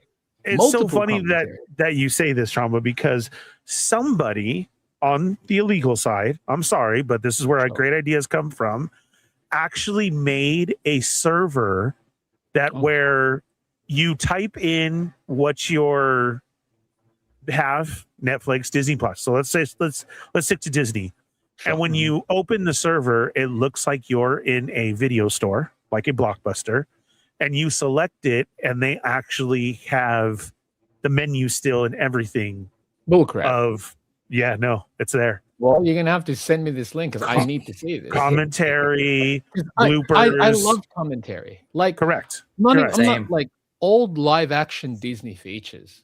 Like when live action stuff, when they used to make live action movies that weren't based on a cartoon, actual original features. They're like audio commentary, they're bloopers, they're side reels, they're making of. I love watching all of that. And same as obviously I love the animated feature making of those things. Like that's what it's like. That's a lot of the stuff that inspired me to draw as well. like they're all motivation, like because you'd think it's like, oh, somebody had to make this, right? I'm sure a lot of kids these days don't even realize that this was they don't know that. Do you know what my I mean? kids, I'm very fortunate because I put that upon them. 100%. And if you didn't do that, they would not have. Correct. And do you know what's funny? Cross their mind. Do you know what's funny on that side is these Disney classics that we talk about, I have locked into my brain the kids falling asleep, so it just stays on that DVD menu. Yeah, dude. So remember something would happen. Music. Yeah, that's what I was gonna say. It's the animation on that as well. On the menu, there's animation. Its own music, animation, everything. Monsters is a big one. The Monsters was the snake that went around and they actually use it outside the ride, and it always kind of makes me tear up because I remember the kids being little and their little DVD TV that I had in their room. So, all right, guys, what movie tonight? Monsters. Okay. You pop in the DVD and you do it. But then me coming home from work late at night, if I was on call or something, I'm walking upstairs to that like, oh, they watch Monsters tonight. Oh, there it is. I'm getting in the shower. I get out of the shower. Like it's instilled in me, and it brings back so much great memories that I wish Disney Plus would change, or anything would change into that. Pick a movie and show us what else was a part of that movie. Because I'm thinking, I'm like, okay, with all these movies that they did it for, they have it exists, right? And I understand it would require cloud space, let's say, right? I get it. It's going to occupy cloud space, but it feels like it's just wasteful because you already have all those things. Why can't you make that accessible in a way? That's what I'm saying. And that's why I'm like, oh, yeah, physical media. I'll never get rid of it because the commentaries. I used to love the interviews. Dude, that's what everything. Interviews always would literally usually show you or talk about like something that ended up being cut from the movie. That's why the makings of were some of my favorite stuff, because like you get to interview them, like, oh, these are the talented animators and voice actors that are these characters. Like I would have known a lot of these people. A lot of these animators would not have known. A lot of these voice actors not have known. A lot of the people who wrote the music did the soundtrack and stuff. Not Yes. known at all. And I'm like, it makes me appreciate the film even more because like after seeing that stuff too. Yep. And again, growing up, it made me like, you realize, oh, people are making this. This isn't just something that existed. You know what I mean? And I just, yeah, that's the thing that I missed about like streaming kind of ruined that. And even now it's like, I wish there was a feature where if I were to buy a movie online, that would be part of it. Oh, But it's not. And I'm like, that sucks. Because there was much for it, mate. Do you remember the DVDs that you could buy where you got a regular version, a director's cut, and then an extended version? Dude, of the same movie on the DVD. Yeah. I would get the ones with double and triple disc. Right. Yes. Because one would be the movie itself, which is cool. And that has audio commentary. But the whole second disc is bonus features. Right. All the bonus content. That's like, and I would watch that sometimes more than the actual regular movie because I'm like, I've seen this movie over and over, and I've watched it in. Sometimes I'll watch it in another language with subtitles, just because I'm curious. Yeah. Well, if you ever do get back on Disney Plus, and because I found that a lot of folks didn't realize that this content. Oh no, was there. I did watch a lot of the Marvel. You watched stuff. those? Yeah, they had like the Marvel like, assembled stuff was really good, and then I loved it. This was all the time when they were just trying to get subscribers 100%. and beat churn. Yes. So they did it for Star Wars. I was still too. watching it then. Yeah, I watched all of them, and that's why I'm like, it reminded me. I'm like, oh, this reminds me of the day and age where I would, because I love bonus stuff. I love me too. Like, but even audio commentary would be so good again. Well, that's the best one, and because I think for me, that is the way you get us to watch and rewatch the movie, because then you're watching it in real time. You're hearing them. They're like, "Oh, I remember when we did this," and it was fantastic. It's the best because it's like you're in that room listening to them. You know what I mean? That's all it not is. only that, but when one of your favorite parts, and you find out that the actor had partied all night and was drunk. That's the only reason why he looked so sad. Stuff. He wasn't But it's also sad great when there's there. multiple, there's different audio commentary. Where it's like this one is a director and a producer. This one is the director and the actor. Or this one's Special just two of the effects actors. producer. Yes. And I'll go through it all those times. I'll rewatch this movie, not obviously back to back, but like I'll every hour of the day I will watch it again, but with a different commentary, just so I can mine, just so I can get to it.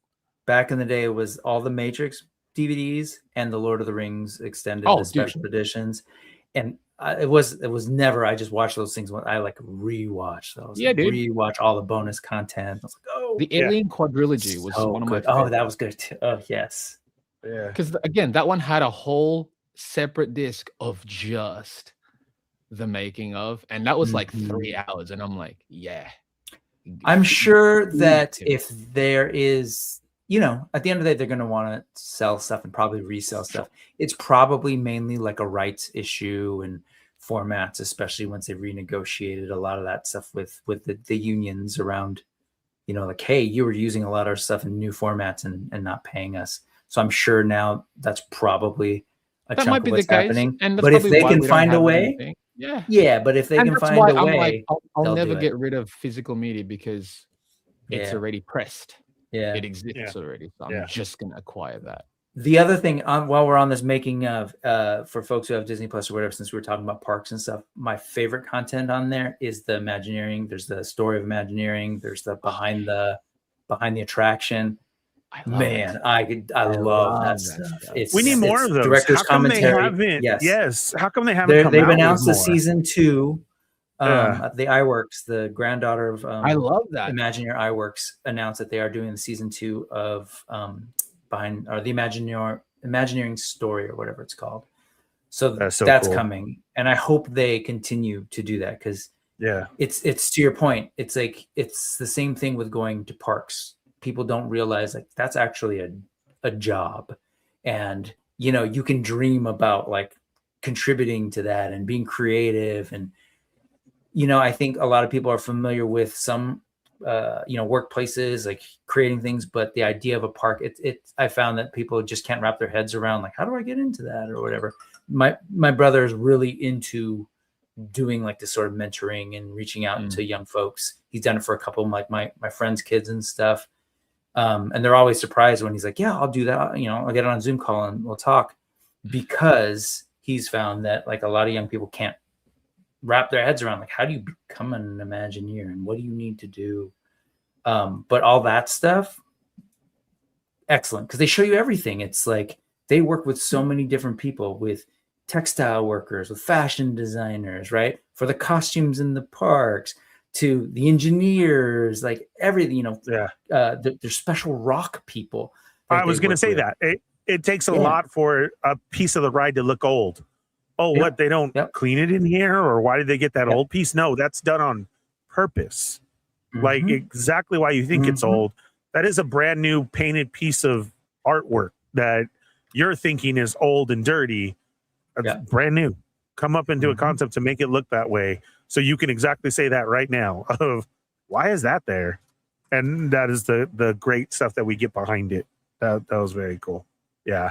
I love those shows. And if another one was announced, but yeah, there was definitely a lot announced at D23. Too much. We'll have to revisit and come back as we forget, you know, what there was.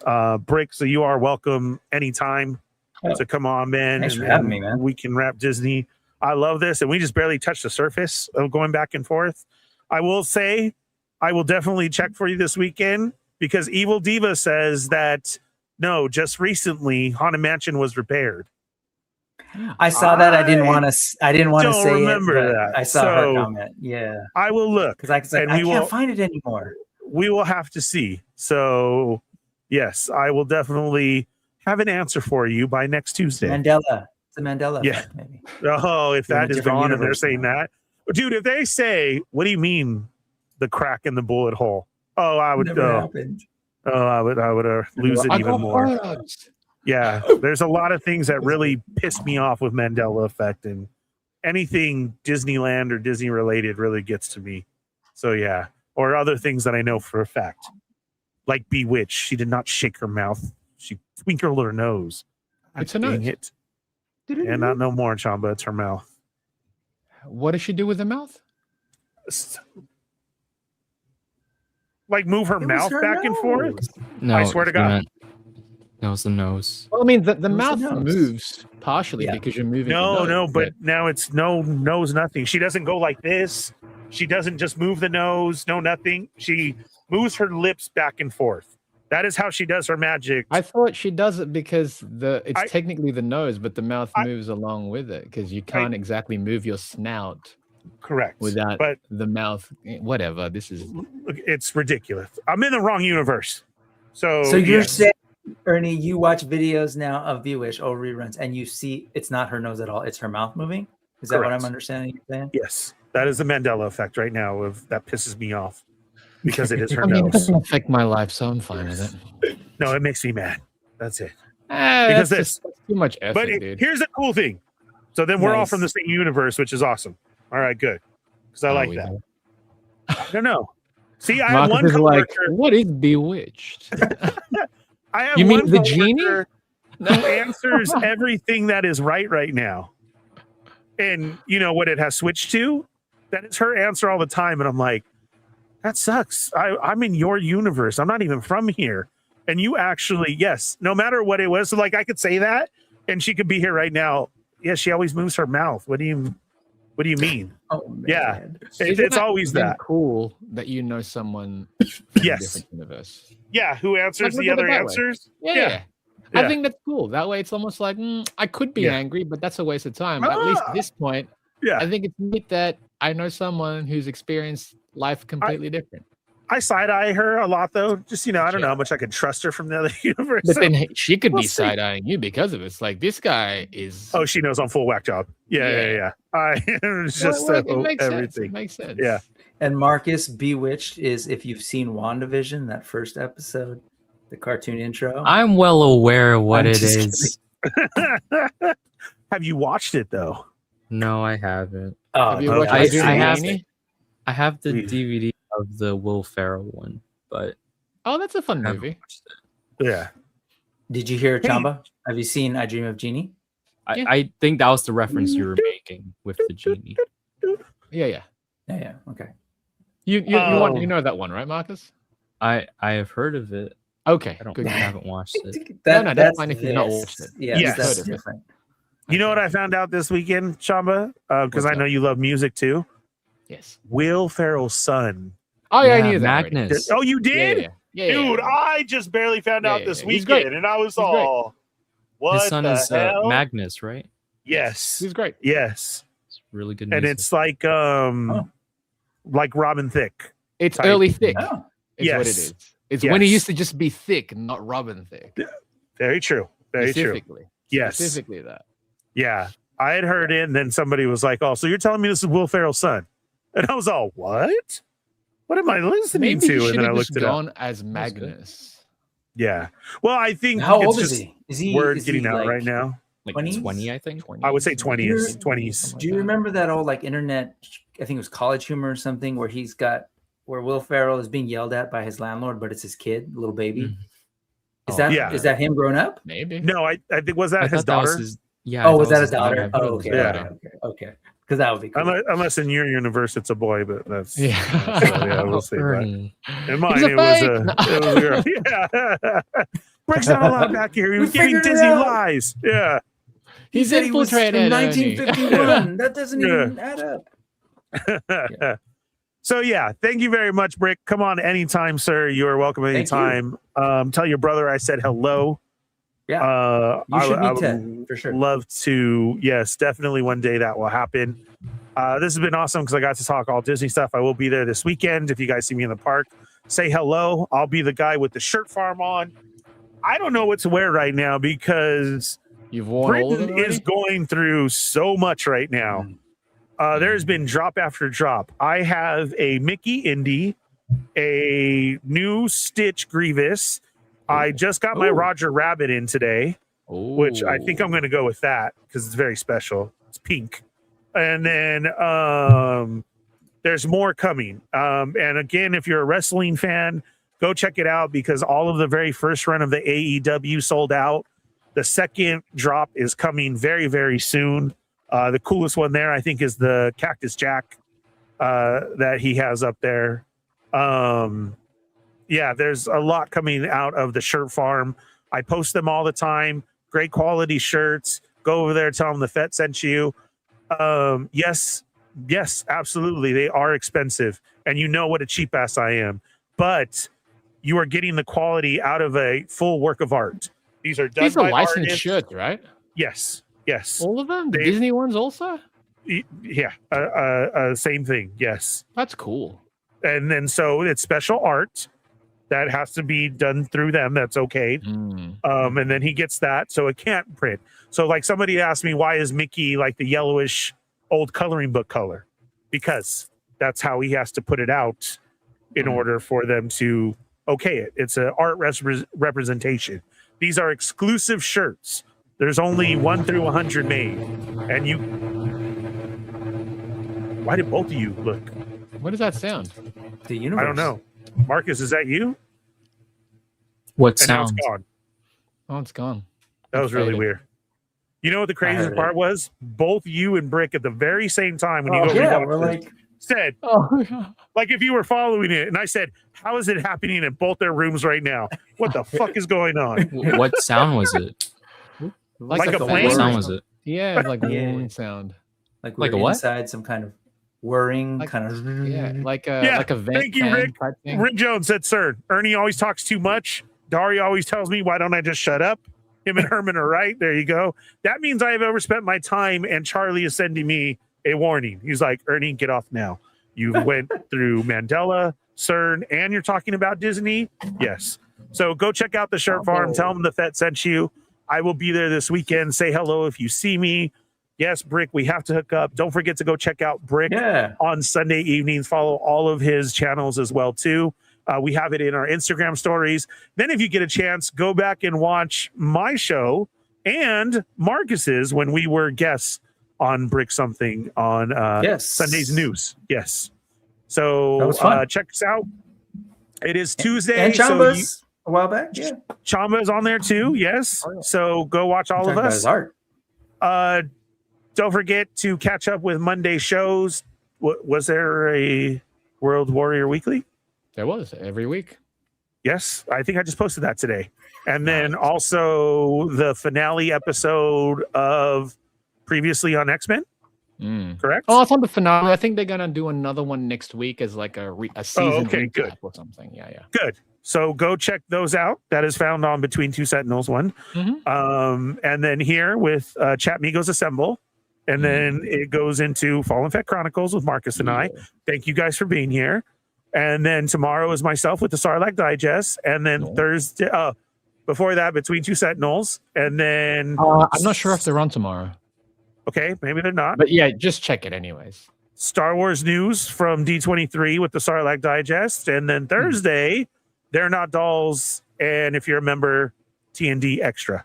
Extra. There we go. So go check that out. Marcus, thank you for making it the whole way. You didn't go to sleep and you didn't leave. I'm disassociating so hard right now. I'm so sorry. Right. You're good. I was just saying bye to you. The anxiety from earlier today, just like nonverbal. I'm sorry. I hope you feel better. You came in where it counts, brother, and I love you. Thank you. I need your blanket. Brick, thank you so much. And Chamba, thank you for joining us guys. as well. Well, we will catch you guys next week. Thank you to the Federation. Everybody in the chat, hit that thumbs up. Drop a comment. Thank you. We will see you then. Peace. Where is it at? Bye. I'm on the wrong page. Okay, now bye. This hurts. Bye. Wait.